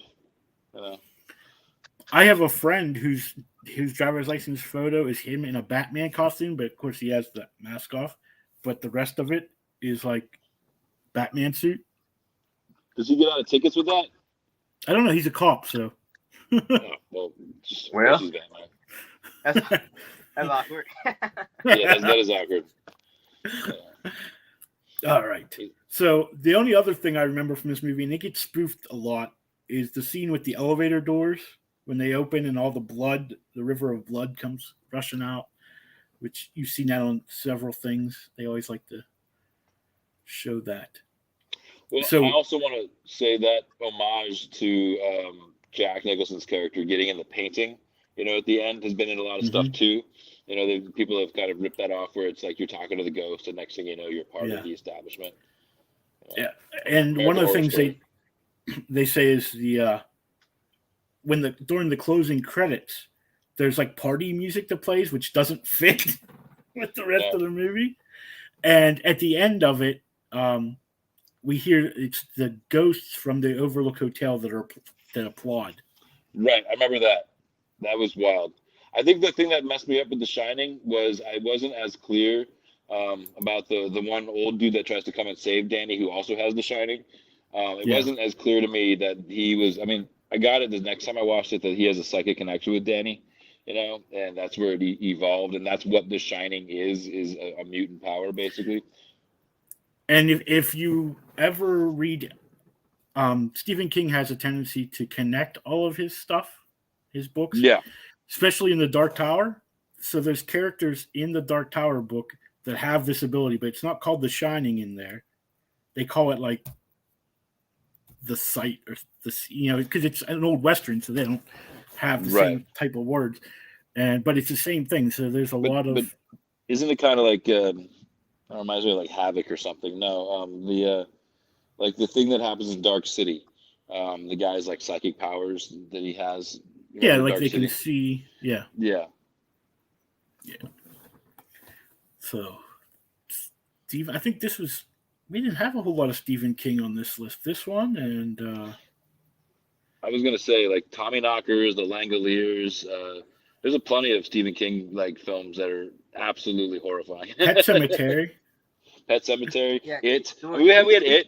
We voted for Yeah, we had Pet It. Cemetery, but it didn't make Yeah, it. but Yeah. But which one? The second one's not really Stephen King, like that newer movie. The original book is with Gage, that scary kid. It always get me afraid of being suffocated by my cat in the middle of the night. They just stick their paw in my mouth while I'm trying to sleep, and I just don't wake up. And Cat's Eye, they do that because remember that goblin's trying to steal the little girl's breath. So a goblin pinches her nose, and then Anyways, now we're off. So we're up to number two. Number 2 on our 31 days of Halloween. So let's see if I can do this. I bet when I bring it, oh good, it didn't start playing right away. All right, I'm gonna smoke a cigarette while I watch this. There you go. Now I got to come over here and start it.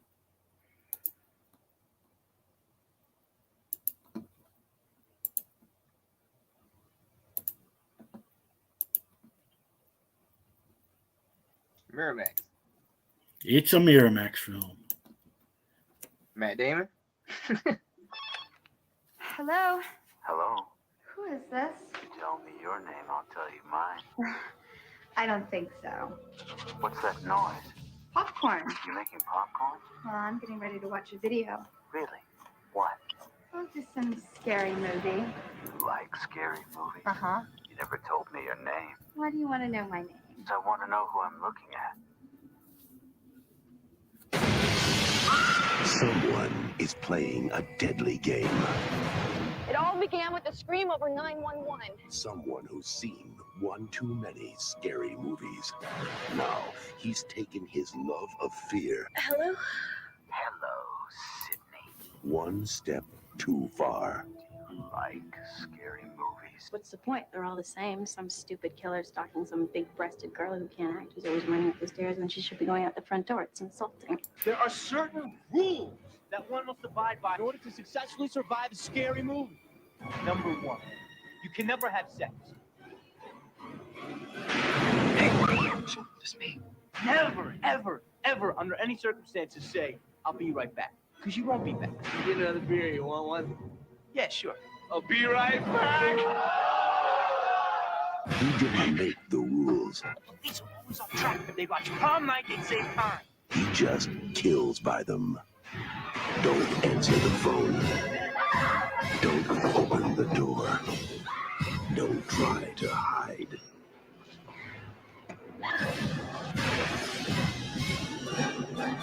Everybody's a suspect. You're not scared, are you? Scream. Now, that was a good trailer. Yeah, because it's a newer one. So, I mean, it actually, got what's going on in the movie compared to other ones. It just clip here, clip here. Yeah, they did a good job. Yeah.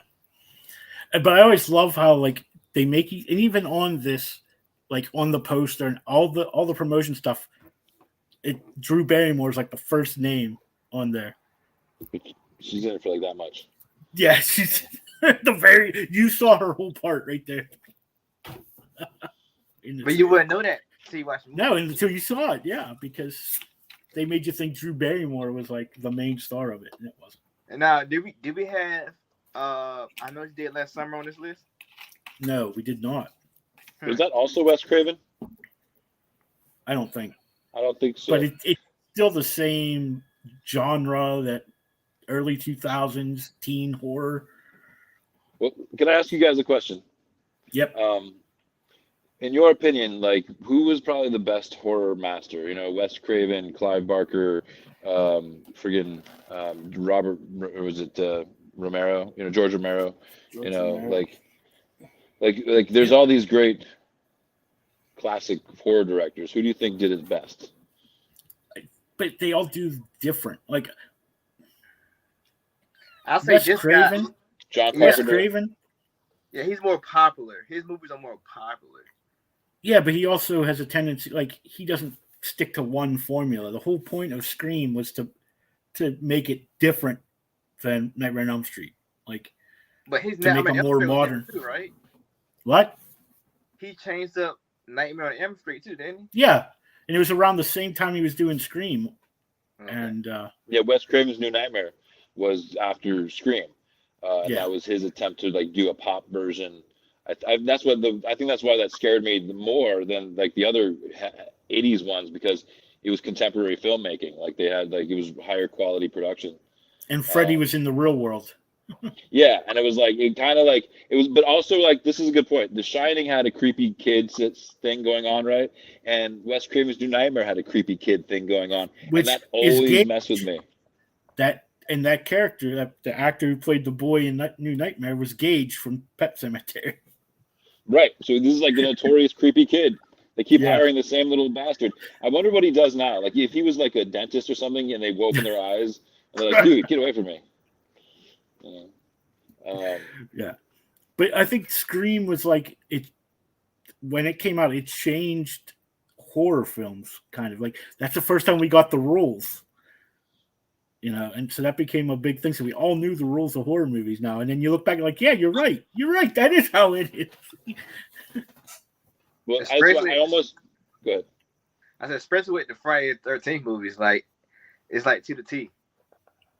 Yeah, Oh, it became 100. the whole thing. Like, yeah, if you have sex, you're gonna die. If you do drugs, you're gonna die. It's like you start looking back, you're like, well, are these killers really bad? I think they were only killing bad people. Yeah, like Well, I Jason. saw- It's like if you sin in Jason movie, you die. Yeah. But Sex the in a sleeping virgin bag. girl, the virgin girl always lived. Did you guys ever see Behind the Mask, the Leslie Yes. Vernon Leslie story? Les Vernon. Les Vernon. Yeah, that was very Scream-esque too, or also to Mhm. me. And like, I mean, it was before. I mean, it was after Scream and all that, but it did have that whole vibe. They did a good job of like flipping the world. We talked about that. Yeah. But then like, what was it? I remember after Scream, you had like these series of, just like you said, like these similar like shtick kind of like films that were like made it. And so like I remember when Freddy versus Jason came out after Scream, I was looking for all of the tropes, all of the things that made, okay, look, there's the virgin. Oh, look, there's the stoner character that's going to get killed by the caterpillar Freddy. Like it was, Yeah, but I think what threw us off in that one, well, probably the only reason is because they hired a pop star to play the black character who actually got to live till the end. Right. That's probably why he Specs needs- never watches these movies, because they. Well, I was too young for a good 3/4 of them. Yeah, you'd have to have parents that always had like the slasher channel on or whatever it's called. Yeah. Shudder. I think Shudder. Shudder, yeah. Yeah. Because I remember growing up, I had a babysitter. Like, talk about like the worst person to leave your kids with. Always had horror films constantly on in the background. And I'd come back, I'm like, Dad, we got to leave the lights on. I'm messed up in the head tonight. Like she played all the Hellraisers. I can't. Don't go into the bed. Like. I actually saw somebody, speaking of Hellraiser, who did a review of the new one that's on Hulu, and they said they've tried twice to watch it. They had to shut it off because they got scared and they couldn't sleep for 2 nights. Hey, what's the movie they said it was too Smile. I think that's the one. Everyone's saying that, and it's like really creepy and scary. Yeah, people passing out in the theaters and stuff. Yeah. I mean, that's impressive. That's just amazing. It's because they in suspense so long they can't take it and just pass out. Yeah, I mean that's a trick. There's some movie on Netflix right now that has like the record for most jump scares. I'm trying to remember which movie it is, but it's like I was looking at it, it was like some high school witch movie or something like that.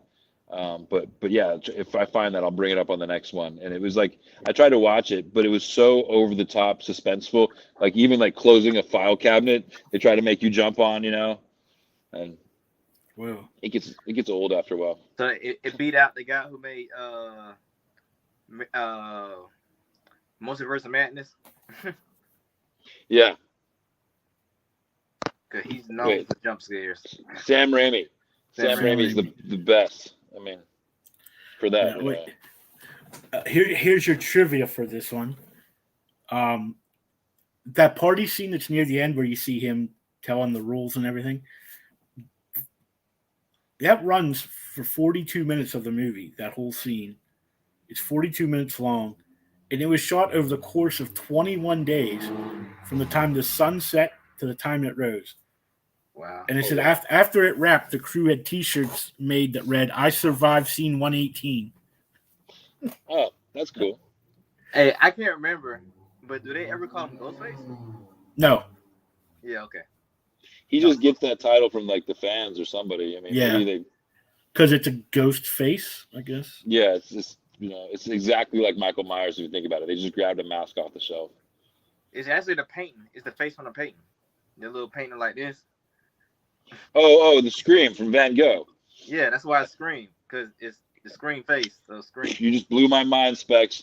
No, I didn't. Oh man, I'm gonna have to cut off my ear.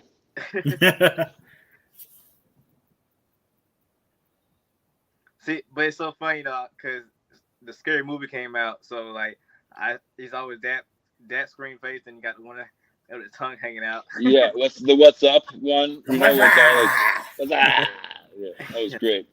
Well, Scary Movie destroyed Scream's like real terror factor for me. So all the actual it killed the franchise. Yeah, like Scream, the new one that just came out wasn't scary at all. It was like, all right. I mean, You're talking about TV show, right? Yeah, there's a new Scream movie that just came out. Yeah, the new one that came out last year. But yeah, there's the Scream show that was on MTV, which I enjoyed. And a new movie? Yeah, it was on MTV. Oh, bad marketing. For 3 seasons. Well, really, it's 2 seasons, and the third season is just like a Halloween, Halloween season, kind of like 2-part, 3-part thing. But they're on Netflix if you ever want to watch those. I enjoyed them for what they are. I mean, it's Scream on television, so you're not going to get, So, as as this horror buff guy, the Scream TV show, or I Know You Did Last Summer TV show? did not watch the I Know What You Did Last Summer TV show because I don't know if I told you, I saw the commercial for it one day. I was watching something on Hulu. And I was like, oh, they're doing a show. And I went to look for it. I was like, oh my God, it came out like last year or the year before. Yeah, why am I just hearing about it now? Yeah. So I haven't gone back to watch it. I thought it was just have you seen all the Screams then, James? Yeah. So which is your favorite killer of all the killers? Like Skeet Ulrich or was it well, see, I think Shaggy from Scooby-Doo? The first one was the best because again, you didn't expect it to be them. So then in all the other ones, you were looking the whole time. It's like, all right, this person, it's this person. It's this. Cotton was my favorite because I didn't expect him either. What number is that? Liev Schreiber was like the number 2. Yeah, Liev Schreiber. Because he was who they thought it was in the first one. Yeah. Yeah, see, I like number 2. Yeah, number 2. That's mine, number 2. The one where, because Cotton's the one that killed her mother, was it? Right. Yeah. And he's like reformed or something, but it turns out he's the killer anyway. Yeah. And who is it? What's the one dude from Sliders was in that one? Jerry O'Connell. Jerry O'Connell. Yeah. Y'all keep talking about Sliders, man. I might kind of watch that. It's a fun binge.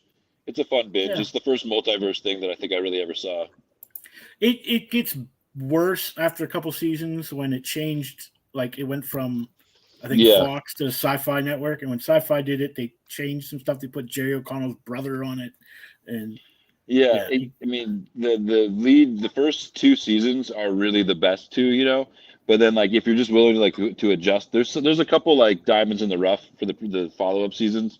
As far as some of the worlds they go to and some of the ideas they have about, they do a pandemic world that like is really oddly creepy for how close it was to what we went through. And they did one that was perfect for Halloween, the occult world, where they didn't have doctors, they had like people pretending to be wizards and psychics and shit. So. But yeah, again, went on a tangent there. I think Wes Craven really nailed the '90s horror scene on the head with this movie. Like he kept reviving until his death, like the genre. So got to give him credit for this movie. Yeah, and my favorite Hollywood crush at that time is in this movie, Rose McGowan. Oh, okay. No, Neve Campbell, actually, my ex-wife, when she was in high school, looked just like Neve Campbell. Like, oh, like good that. for you, buddy. Congratulations. Kind of. Well, everyone said she did. Did she look like Neve Campbell in Wild Things? Don't she look the same in everything? Like even now, like Neve Campbell was just at Steel City Con not long ago. Yeah, she looked the same. That's great. So let me get ready to.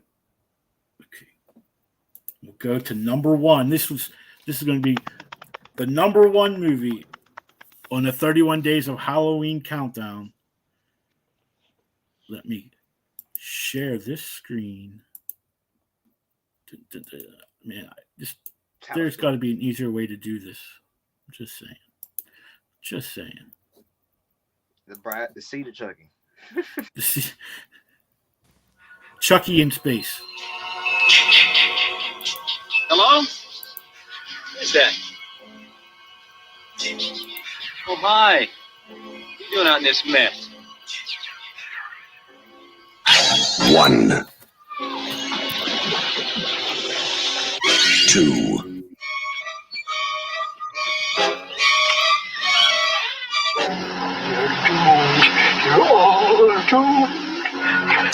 3.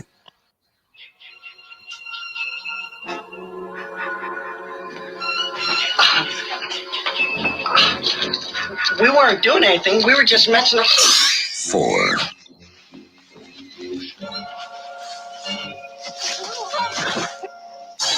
5. 6.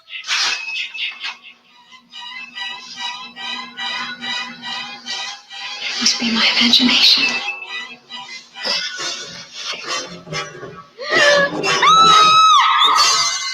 7. Can I help you?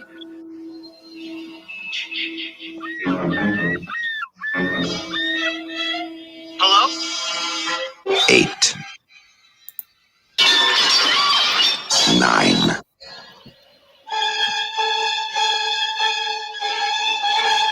10.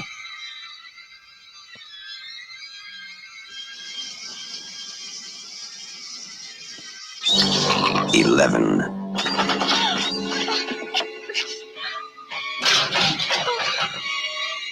12. Friday, the 13th. You may only see it once, but that will be enough.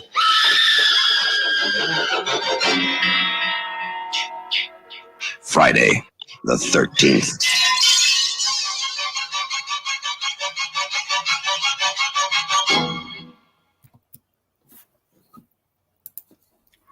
Ooh. So there we have number one on our list, the original Friday the 13th. The poster is so misleading. Why? Why is it so misleading? Because it's his mama, not a man. Yeah, but you can't tell if that's a guy or a woman. It's all in the hips.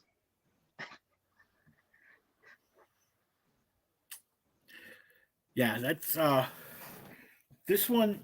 I have a lot of trivia from this one, but I didn't want to remove. It really is. It's not at all what you think.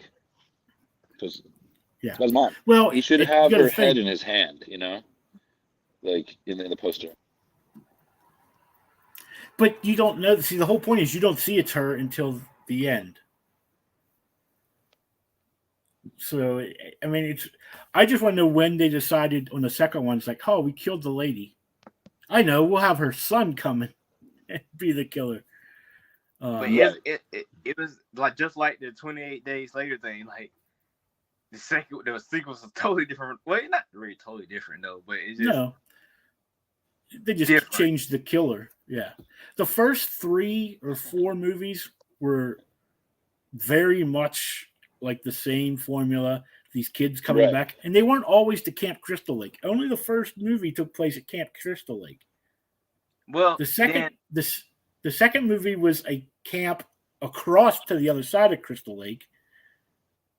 Oh no, the third one was I get them all, but they're all like just around the lake. They all take place and also around it the wasn't lake. always Jason either.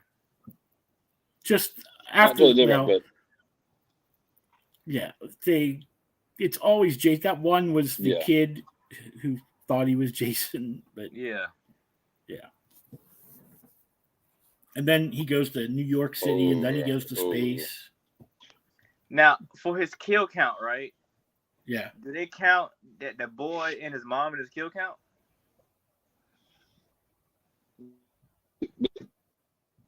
What boy and his mom?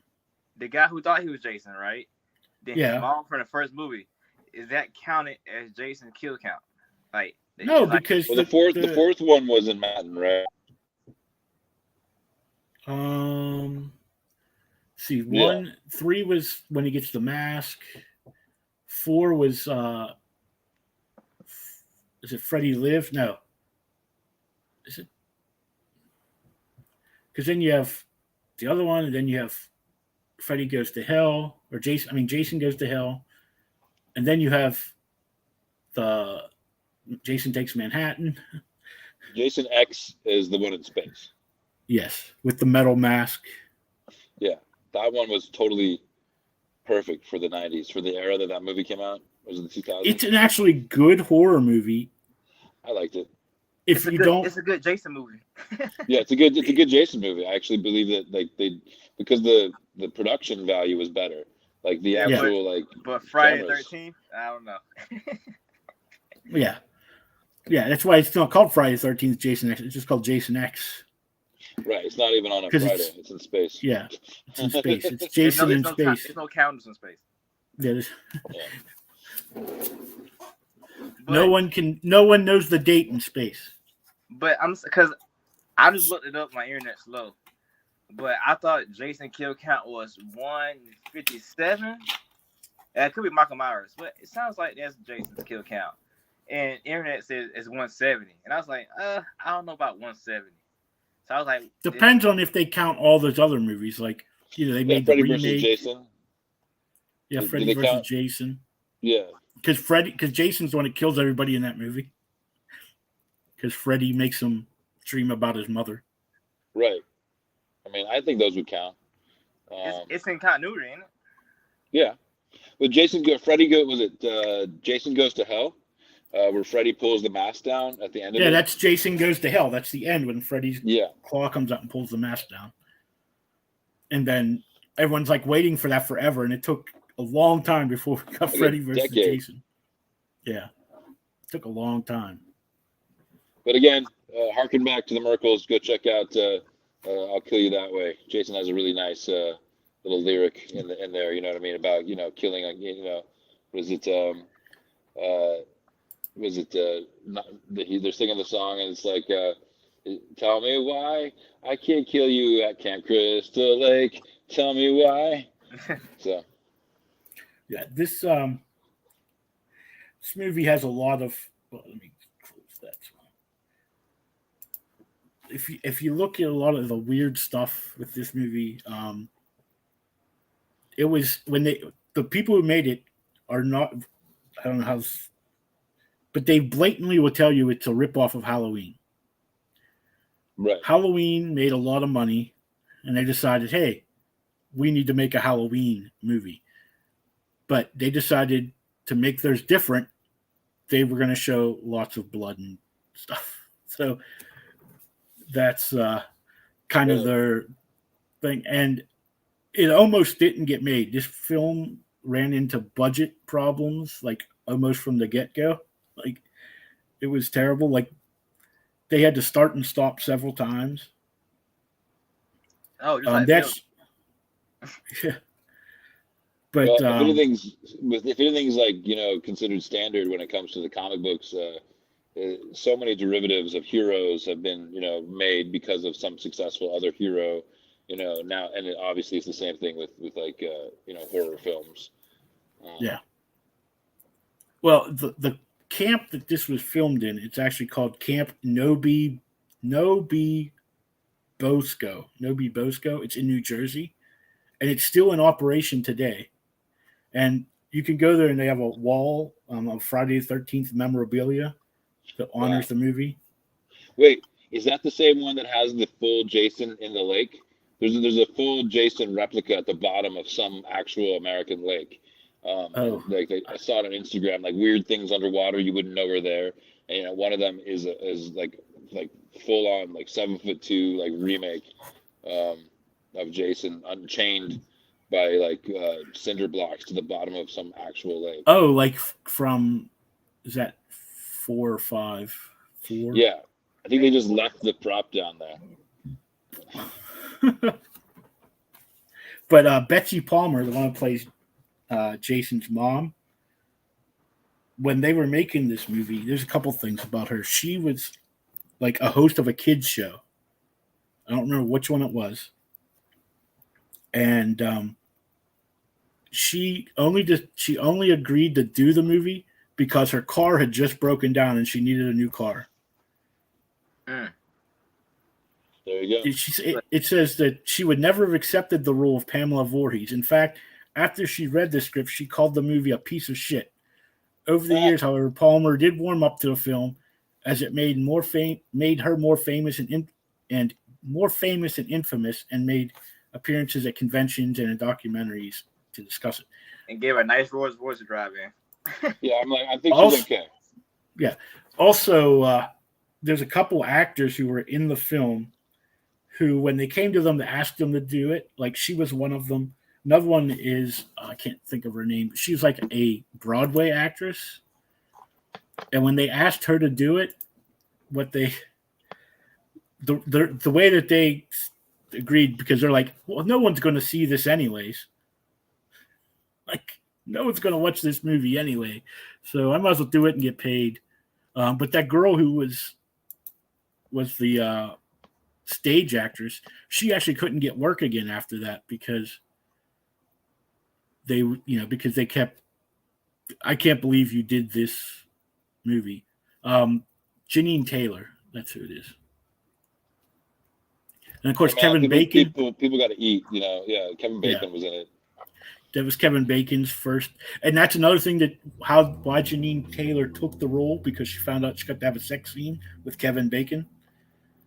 So, and then Harry Crosby is the son or grandson of Bing Crosby. I think it's his son. They almost killed him in that movie because he's the one that gets got the arrow or something through his eye. And when Tom Savini and them did the makeup back then, when they made fake blood, they used this chemical that's used to Kodak chemical that used to develop film, but it's very toxic. And when they put the prosthetic and stuff on, something happened, and the blood was actually going into his eye and like behind the prosthetic, and ended up burning his eye, and he almost went blind from it. Like, he was actually blind temporarily for a while. Wow. So, yeah.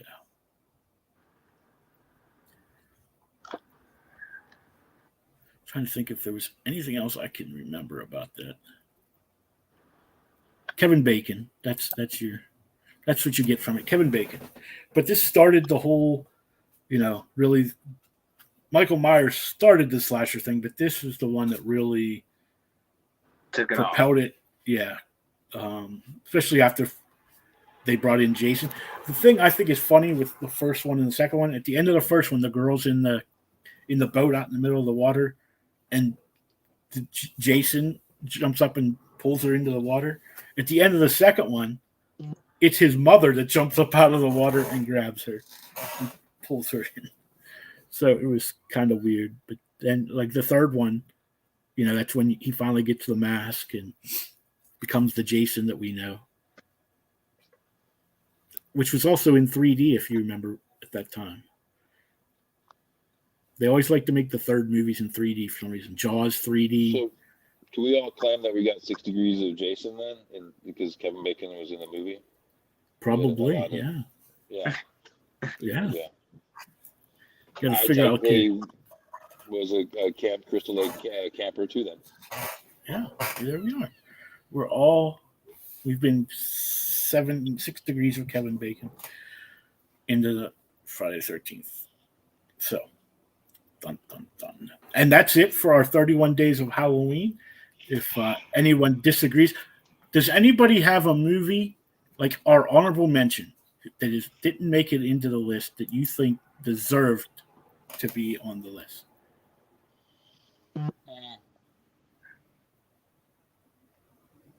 I mean, we hit all the classics. You know what I mean? Like we definitely not all of them. Bases. There's a couple that I can say that we didn't hit.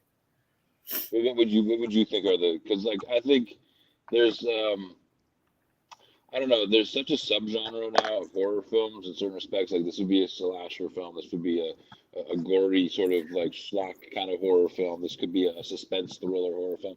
That like now it's even funny to just have a list in general of horror films. We could even break it down even further. Yeah, but Texas Chainsaw Massacre was not in our 31 films. Oh, well, that's because it's not a good movie. But it's still it's still a classic horror film. Like just like My Boy Valentine. That's the other one I was thinking, but I like the original one. That was one of the first horror films I remember watching.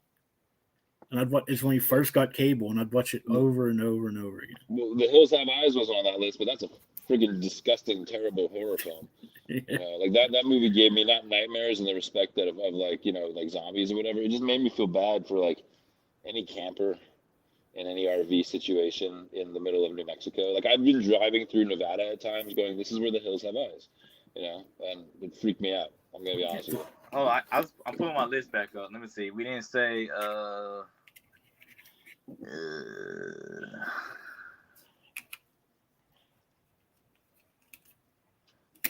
I got an Amityville Horror on here. We ain't talk about that. We didn't get Amityville Horror, and that's like yeah. Did we really get into the Blumhouse movies? No, not a whole lot. But Amityville goes back before Blumhouse, buddy. Right. I'm just saying, like there's the whole like era of Blumhouse that we didn't really cover. Then I mean, just for like me, like the train Busan. Yeah. And Antebellum, that's a kind of horror movie. Yeah, but I don't know. I got The Mist and The Fog. Did we talk about one of them? Oh, The Fog is a good one.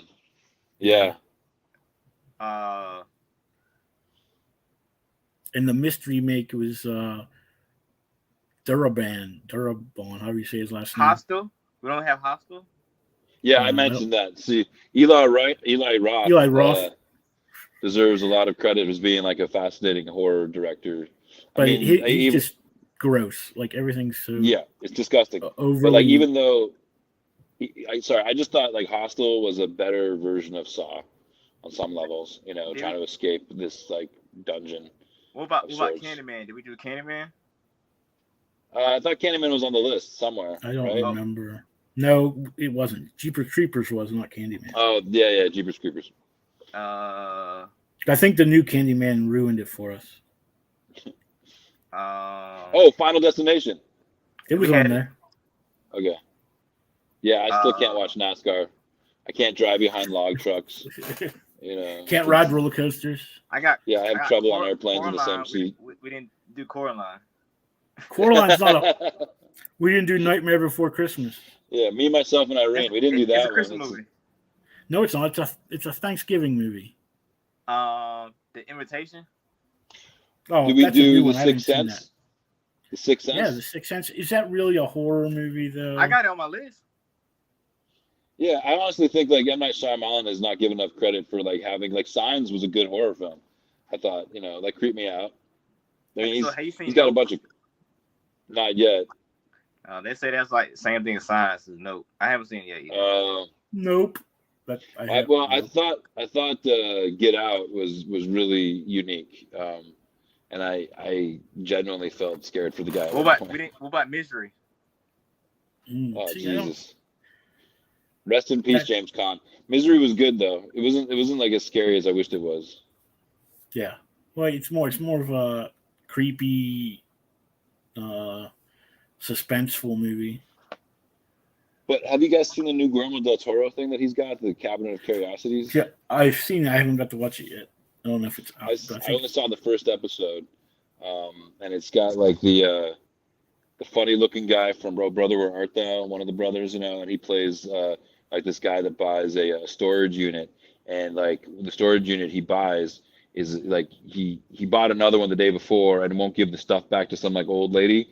And so then while he's cleaning out this new one that he got, it turns out there's like a demon in a circle of like the sand and stuff like that. And he disrupts the sand and the demon comes to life. And when he tries to escape the storage unit, the old lady whose stuff he wouldn't give back locks the door. So he's stuck with the demon in the storage facility. And it really clicked to me how scary storage facilities are. I don't know if you guys ever been inside of a public storage. You can get lost, and it's just like you have to keep turning the knob to turn the lights on, I mean, because of Storage Wars, I can't be scared of storage units. I mean, that's what they start out with, a Storage Wars storyline in that episode. Yeah. So yeah. But 1408, I put on my list. I think 1408. Yeah. Yeah, I thought that was decent.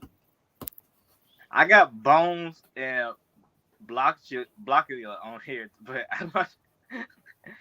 I'm not sure about Bones. Bones was probably scary as a kid, but I don't know about now.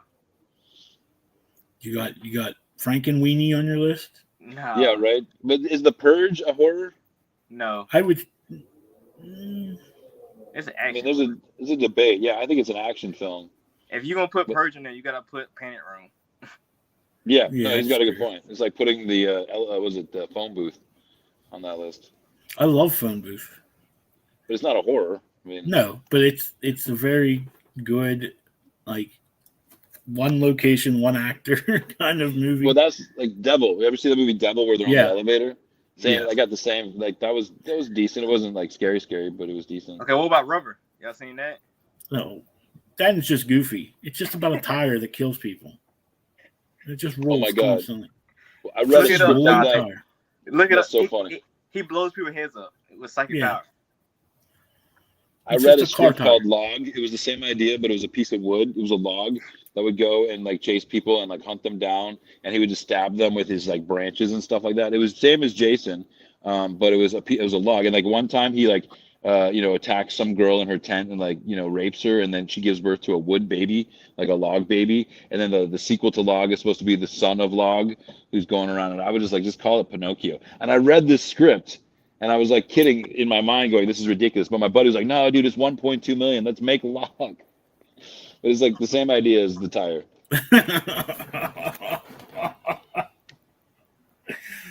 Oh, at least you don't have I to guess pay he the was laying actor. wood in the tent, huh? Say again? He was laying wood in the tent. I think that might have actually been a line in the script.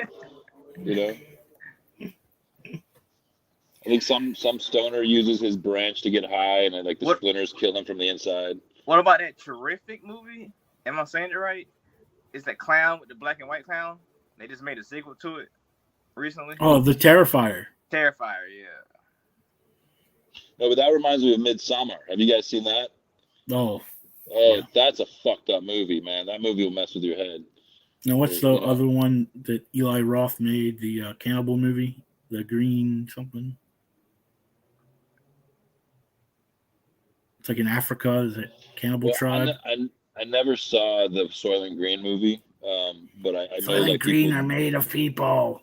But people, my mom said they were generally like creeped out, like they weren't going to eat Spam for a while. Yeah. I I don't know. Have you guys actually genuinely seen any films that like really horror films wise that really genuinely like affected you, like scared you, like you're never gonna go do, this thing because you saw this movie or whatever, it just messed with you too much? Not off top right now. No, I mean The Ring at first, just like because it was freaky because they show you the video and then my dang cell phone rang. Yeah, that is creepy. Like, so I was like, no. Is Anaconda a horror film? Is what? Paranormal Activity has me. If I feel like if I talk about a ghost long enough, the ghost gets stronger and and does worse stuff. That's creepy. I think it's Paranormal Activity that came from. Yeah. Yeah. Well, when I saw the spoof, just the same as Scary Movie, when I saw the Paranormal Activity spoof, I lost all like believability in the actual paranormal movies. I asked if Anaconda, if you think that's a horror film. I guess if you think Jaws is a horror movie, if you think we had Crawl or Sharknado. That's not a horror film. That's a joke. Sharknado's a comedy. It's a sci-fi. Terrible action film. Although like Tremors, though, debatably could be like Anaconda, if you wanted to call those horror films. I always thought it was like a low budget Anaconda. Tremors is what like. Was I always thought it was like a low budget Anaconda. Like it just, no. Tremors is like doomed sandworms on Earth. No, they're big sandworms. They're big sandworms. Tremors is like they can feel us walking. Yeah, I can't think of any other films off the top of my head that genuinely like sent like a chill, when I was watching them. No, when I was younger, all of them did. That was just... Yeah, like Ghost Stories really messed with me when I was younger. There was some show when I was like 8 that was on when we were on vacation, and it was like everybody that moved into this house that got killed became a ghost, right? And it was like, I don't know what it was about that, but it like freaked me out about going on vacation for a while. So like the first season of American Horror Story? Yeah, basically. Yeah, it's the same idea, but it was like an English movie. And like first the maid kills the butler, and then the butler somehow like trips the maid in the afterlife. So then they're both haunting people. It's the exact same thing as American Horror Story. Yeah. Yeah. What do you guys think of? I can't remember which one is Tales from the Crypt or Tales from the Hood, but it had these little black slave dolls that that ate the guy. Yeah. Oh my God, that messed with me. Well, that's where like Evil Dead did like trip me up a little bit, with the little people running around. I don't know. I don't have anything against little people. I just want that to be very clear. I have a lot of little people jokes, but and I don't want to say them all again. But yeah, the puppets were freaky. I never thought Annabelle was scary though. But Chucky was never really scary. See, Chucky wasn't on our list. No Child's Play.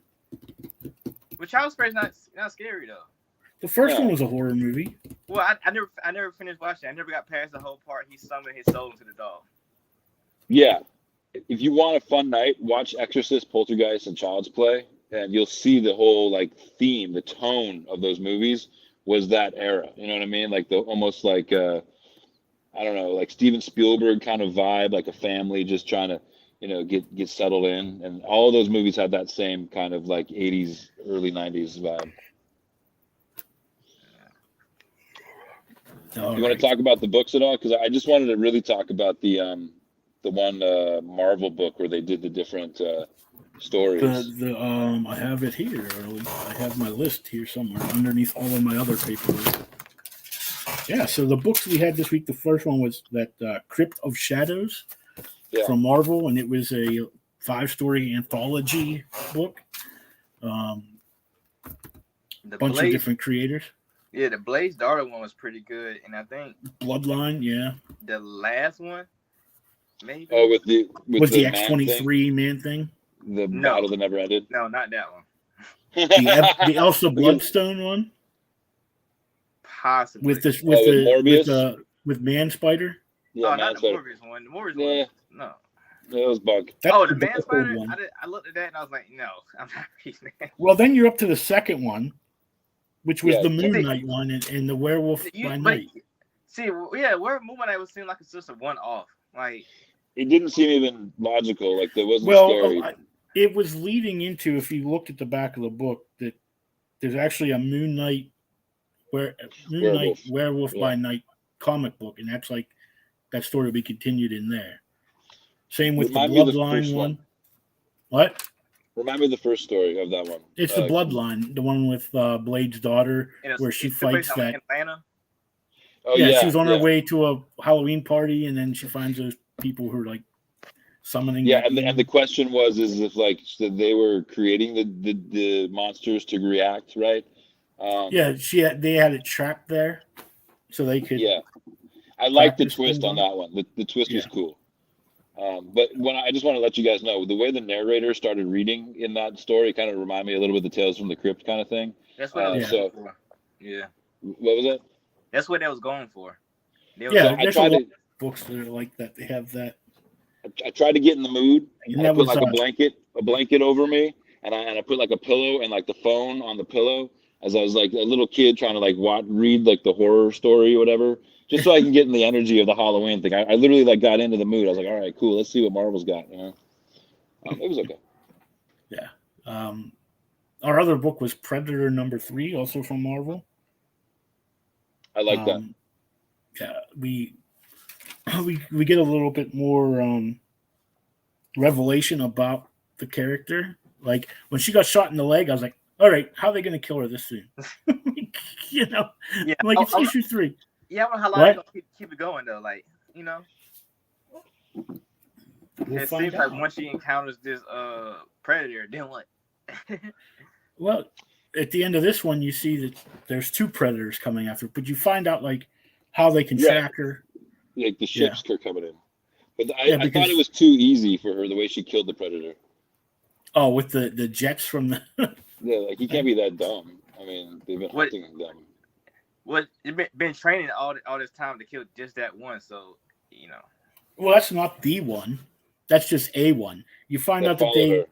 they know what ship she is comes from a certain company, so they've been going to all of those bases to try to find her. So they've been killing everybody at all of those. So that's not the one that she's been tracking. No, that one actually followed her. Like it first went back to that planet she was on in issue 1 and took her axe from when she Right. fought that predator in that movie. That's how he had her axe. Oh, I thought it was the same one. Okay. No. I'm curious if her getting her axe back has something to do with the honor with the Predators, where like maybe they'll stop hunting her or something. No. You know. Because she's killed 23 of them, they said in this issue. Oh yeah, no, she's a predator herself. Yeah. So we'll see where she has to fight 2 of them in the next issue. Yeah.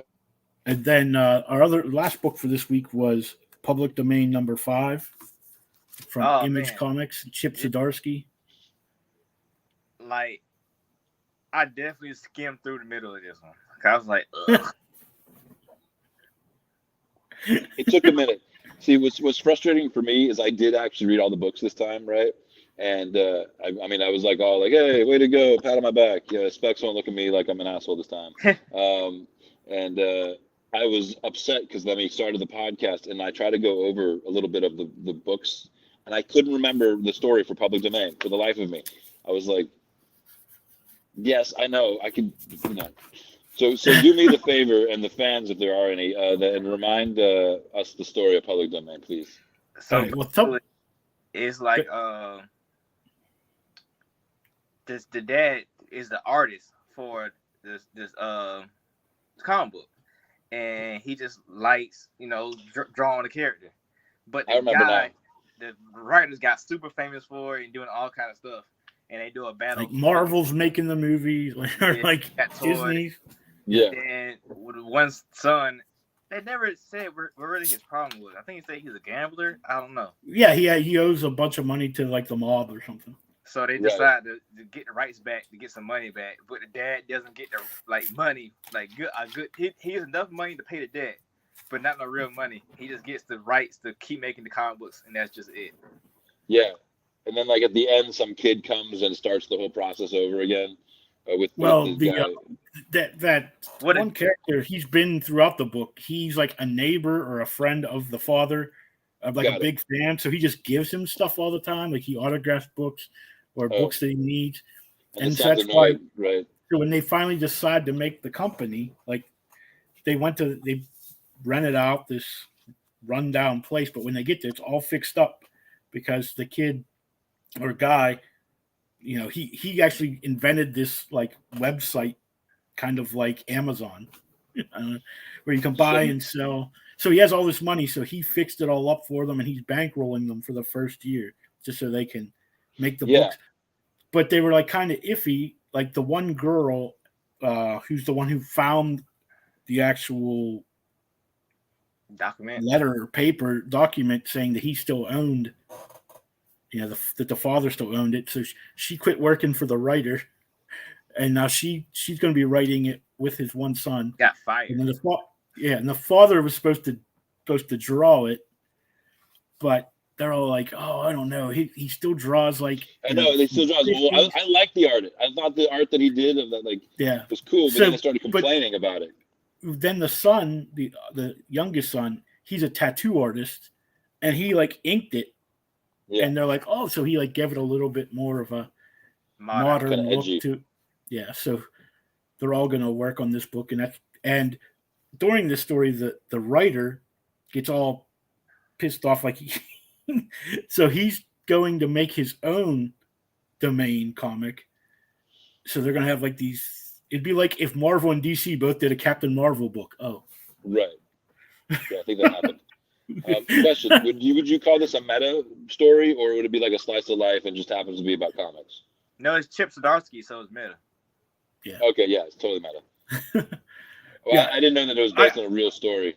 No, I just think it's his like way of like complaining about the way that the industry is, and doing it in an entertaining way. Because you see a lot of that, like especially with the older artists, older creators. Like I just watched this thing where Marvel was good at doing this, where they would take artists' stuff, like they've already paid you for it, but they'll take like something you drew and make a shirt or a mug or a poster and get all this money for it, and you don't see a dime from it, even though it's your art. And then they would do those motion comics. Remember, they used to do those for a while? And they would actually take the comic book and turn it, animate it, and they'd make all this money, and the artist never got any more money for it. So, all right, question there. You guys remember in Spider-Man 2 with Tobey Maguire, and I think it's Spider-Man 2. I'm pretty sure there's a shot of him throwing the suit into a trash can, and he walks away down the alley. That's an actual iconic cover of Spider-Man number 50, Amazing Spider-Man number 50. Do you think the artist who had that iconic cover got any residuals for them literally just stealing his? Well, that's John Romita. Yeah. So he probably had something to do with the movie. Yeah, I'm sure. Like, or the junior anyway. I'm sure that they, but you'll see. I know a lot of creators I'll like talk to who have worked on Marvel stuff. They're like, no, I didn't get any money for it, but they put my name in the credits. Like for Dan Slott in She-Hulk. Right. They named that tow truck driver was Dan Slott. That's comedy. So it's just like, oh, yeah, I was in it. I put my name in it, but I don't get nothing for that. All right, so you guys, you guys got any Halloween plans?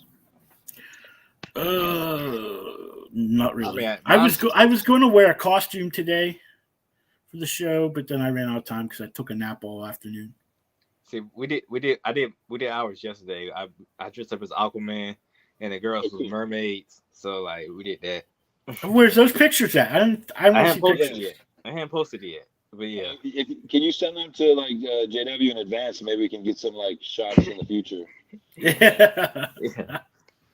But I was going to wear my Scarlet Spider cosplay tonight. Oh, that's cool. That's easy too. Yeah, jean jacket. What? Yeah, no, sweatshirt. No, it was a red. It was. I got one of those red. What are they called? There's suits. They're all one. And they zip up. Oh, right. It's all red. And I have an old Spider-Man mask, so I took the eyes out of that and put onto that. And then I have a blue hoodie that didn't have sleeves. Blue hoodie. I put That's what it is. Not that's jean what it jacket. is. Yeah. And then I had to make the little, the shooter things that are on his wrist, and the belt, and the little pocket things that are on his waist. You do that for and around TikTok, his don't ankles. What? You do that for TikTok, don't you? I haven't, but I thought you dressed as Spider-Man. Oh yeah, I did. That's how my original name was. Oh, okay. See. Yeah. Well, I think it's going to be a fun Halloween, and maybe next week we can get into the Axe stuff. If Yeah, Specs is because down. actually this week, the final issue came out, Acts 6. So that's why I looked up that reading order because I was confused. Well, because Omega still has to come out. Yeah, but there was the one issue, I don't remember what it was, where Captain America, they put Captain America into the, they brought him back to life like they do with the mutants. So it shows that humans can be brought back to life that same way. Yeah, I just read that one. That was 4 or 5. Yeah, and so I'm trying to figure out what happened because they never mentioned it again. I thought that would be a big So obviously we can bring humans back to life too, and they never. Well, I skipped over it. They probably mentioned it in the Avengers book because check this out. It's in the reading order. There's a Avengers book, then there's a Avengers Acts book as well. And if you read the Avengers Acts book without reading the Avengers book, they talk about events that I don't know what's going on. So maybe they talk about it. Well, that's why I like that one I showed you where it says this one has nothing to do with it, even though it has the Axe thing on the front. Yeah, the Spider-Man book. I started reading it. I was like, I don't care about none of this. I'm not reading it. Fantastic Four one. I didn't read that one. I'm like, no. Well, James, you put the order that somebody else told you to read those books in on the page? Someone else who has read them all. So, because a lot of times they come out of order, especially at Marvel, because they're stupid. Right, no, but then Specs read them in that order that they're listed on the back. He read in the order they're listed in the book. Okay. Because they but it's list in the different, back. though. If you're reading it from the X books, they're in different order. If you're reading it in from the X-Men books, then they're in different order as well. Yeah. It's weird. It's weird. Yeah. Because I started out doing it in the way that they were released, because that's just how else would you do it. But maybe if Specs, since you've read them all, you can do me a favor and put them in what you think is the right order. I mean, it probably be JW's way because So I posted a thing in the group. I know. But see, it depends what you're reading for. If you're reading for the whole story, yeah. But see, I'm reading because of X-Men. I had to read it to finish my X-Men runs. Right. So there's a whole bunch of tie-ins, like I said, Fantastic Four, the Eternals. Well, the Eternals, like any of the Eternals, X-Men books, the ones that actually have Axe in it, those ones are important. But the ones that are just tie-ins for the most part, they might have one little piece like for the X-Men wise, X-Force has nothing to do with it, but it's in there. It's basically a Craven the Hunter story. Yeah, and it says that after you read it, come back to this because there's a spoiler last panel or something in that book. Now it's just getting elaborate. I mean, because that's the other day I found. I think I told you this guys before, but somebody had done the entire MCU television one-shots and movies I've seen people do this by the minute to the second. So you got to stop it right here on Agent Carter, and then go watch Captain America to this second, and then come back to Agent Carter, and then go to Agents of S.H.I.E.L.D. It's like they had written it in such a perfect timeline chronology. I honestly tried. Oh, we lost Specs. He might be back. Who knows? I tried to do that and read it in that order, watch it in that order, but it got so tedious, and I don't honestly think at the time that I had Disney Plus, so it was a lot harder. Yeah, I just watched them chronologically. I like to do it that way. So you start with Captain America, the first Avenger. Was it the Hulk? Because Captain America technically was back in the 40s. Chronologically, yeah. So you go there and then you watch, Agent Carter, and then what's the next one after that? Captain Marvel. Yeah. We might have lost Specs, but to wrap this up in a good way, James, how do you feel for previewing next week? The Axe we're gonna talk about, and then also there was a DC series that you have still listed that we've been going through, right? Yeah, Crisis on the Dark Crisis on Infinite Earths. The Dark Crisis. So I'm gonna make it my mission to try to read both of those series this week. And hopefully when we get back together, you know, the next time, I'll be just as savvy as the two of you. I think because I didn't get DC books last week or this week yet, but Are I we think behind there the was. Dark Crisis? I think there's one from last week. I got them late. I got them like just the other day, so it was too late to put them on the list. But have you read those? But I do have. It's the Teen Titans one, Teen or Tie-in. Young Justice one. But I think it's to finish up that Young Justice storyline from Dark Crisis. Gotcha. So I'll put that in. But yeah, I got and you. then like I said, the new Axe book just came out this week. So the final one, issue 5, episode 5, whatever, number 5. Well, do you know when they're launching Dark Web? Is that in January? I am not sure. I just saw in previews, in the new previews, the thing that they have on the cover is that the Sins of Sinister, which is the new X-Men crossover.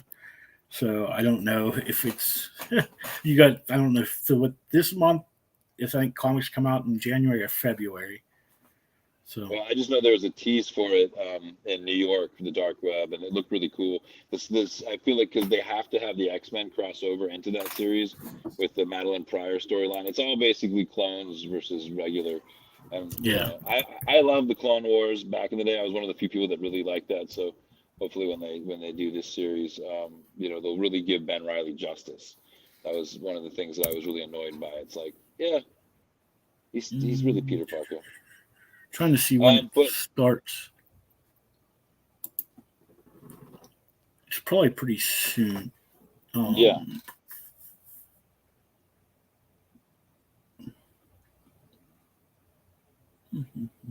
How'd you feel about the November. show? I feel like this was a good show. Okay, so coming up this month, next month. Yeah, it'll be November. It just says November 2002. It starts in Amazing Spider-Man number 14. Awesome. And then Venom number 13, and then you have the Dark Web Volume 1, and then Spider-Man, and then there's tie-ins. And Dark Web X-Men. That's where it's going to get really funky with the X-Men stuff. Because I know they've got to bring in a lot of different characters from the multiverse too. So we'll see what happens. All right, buddy. It seems like it's been a good show. How'd you feel? It was good. It was good. I enjoyed it. We'll be back hopefully to our normal day this week. I will. I'm gonna wait another day. I'll probably wait till tomorrow to see if I get this week's books or Wednesday's books. If not, I'll just put in the ones I have again and we'll have to go through them. All right. Happy Halloween. All right. See ya. Have a good holiday. Bye.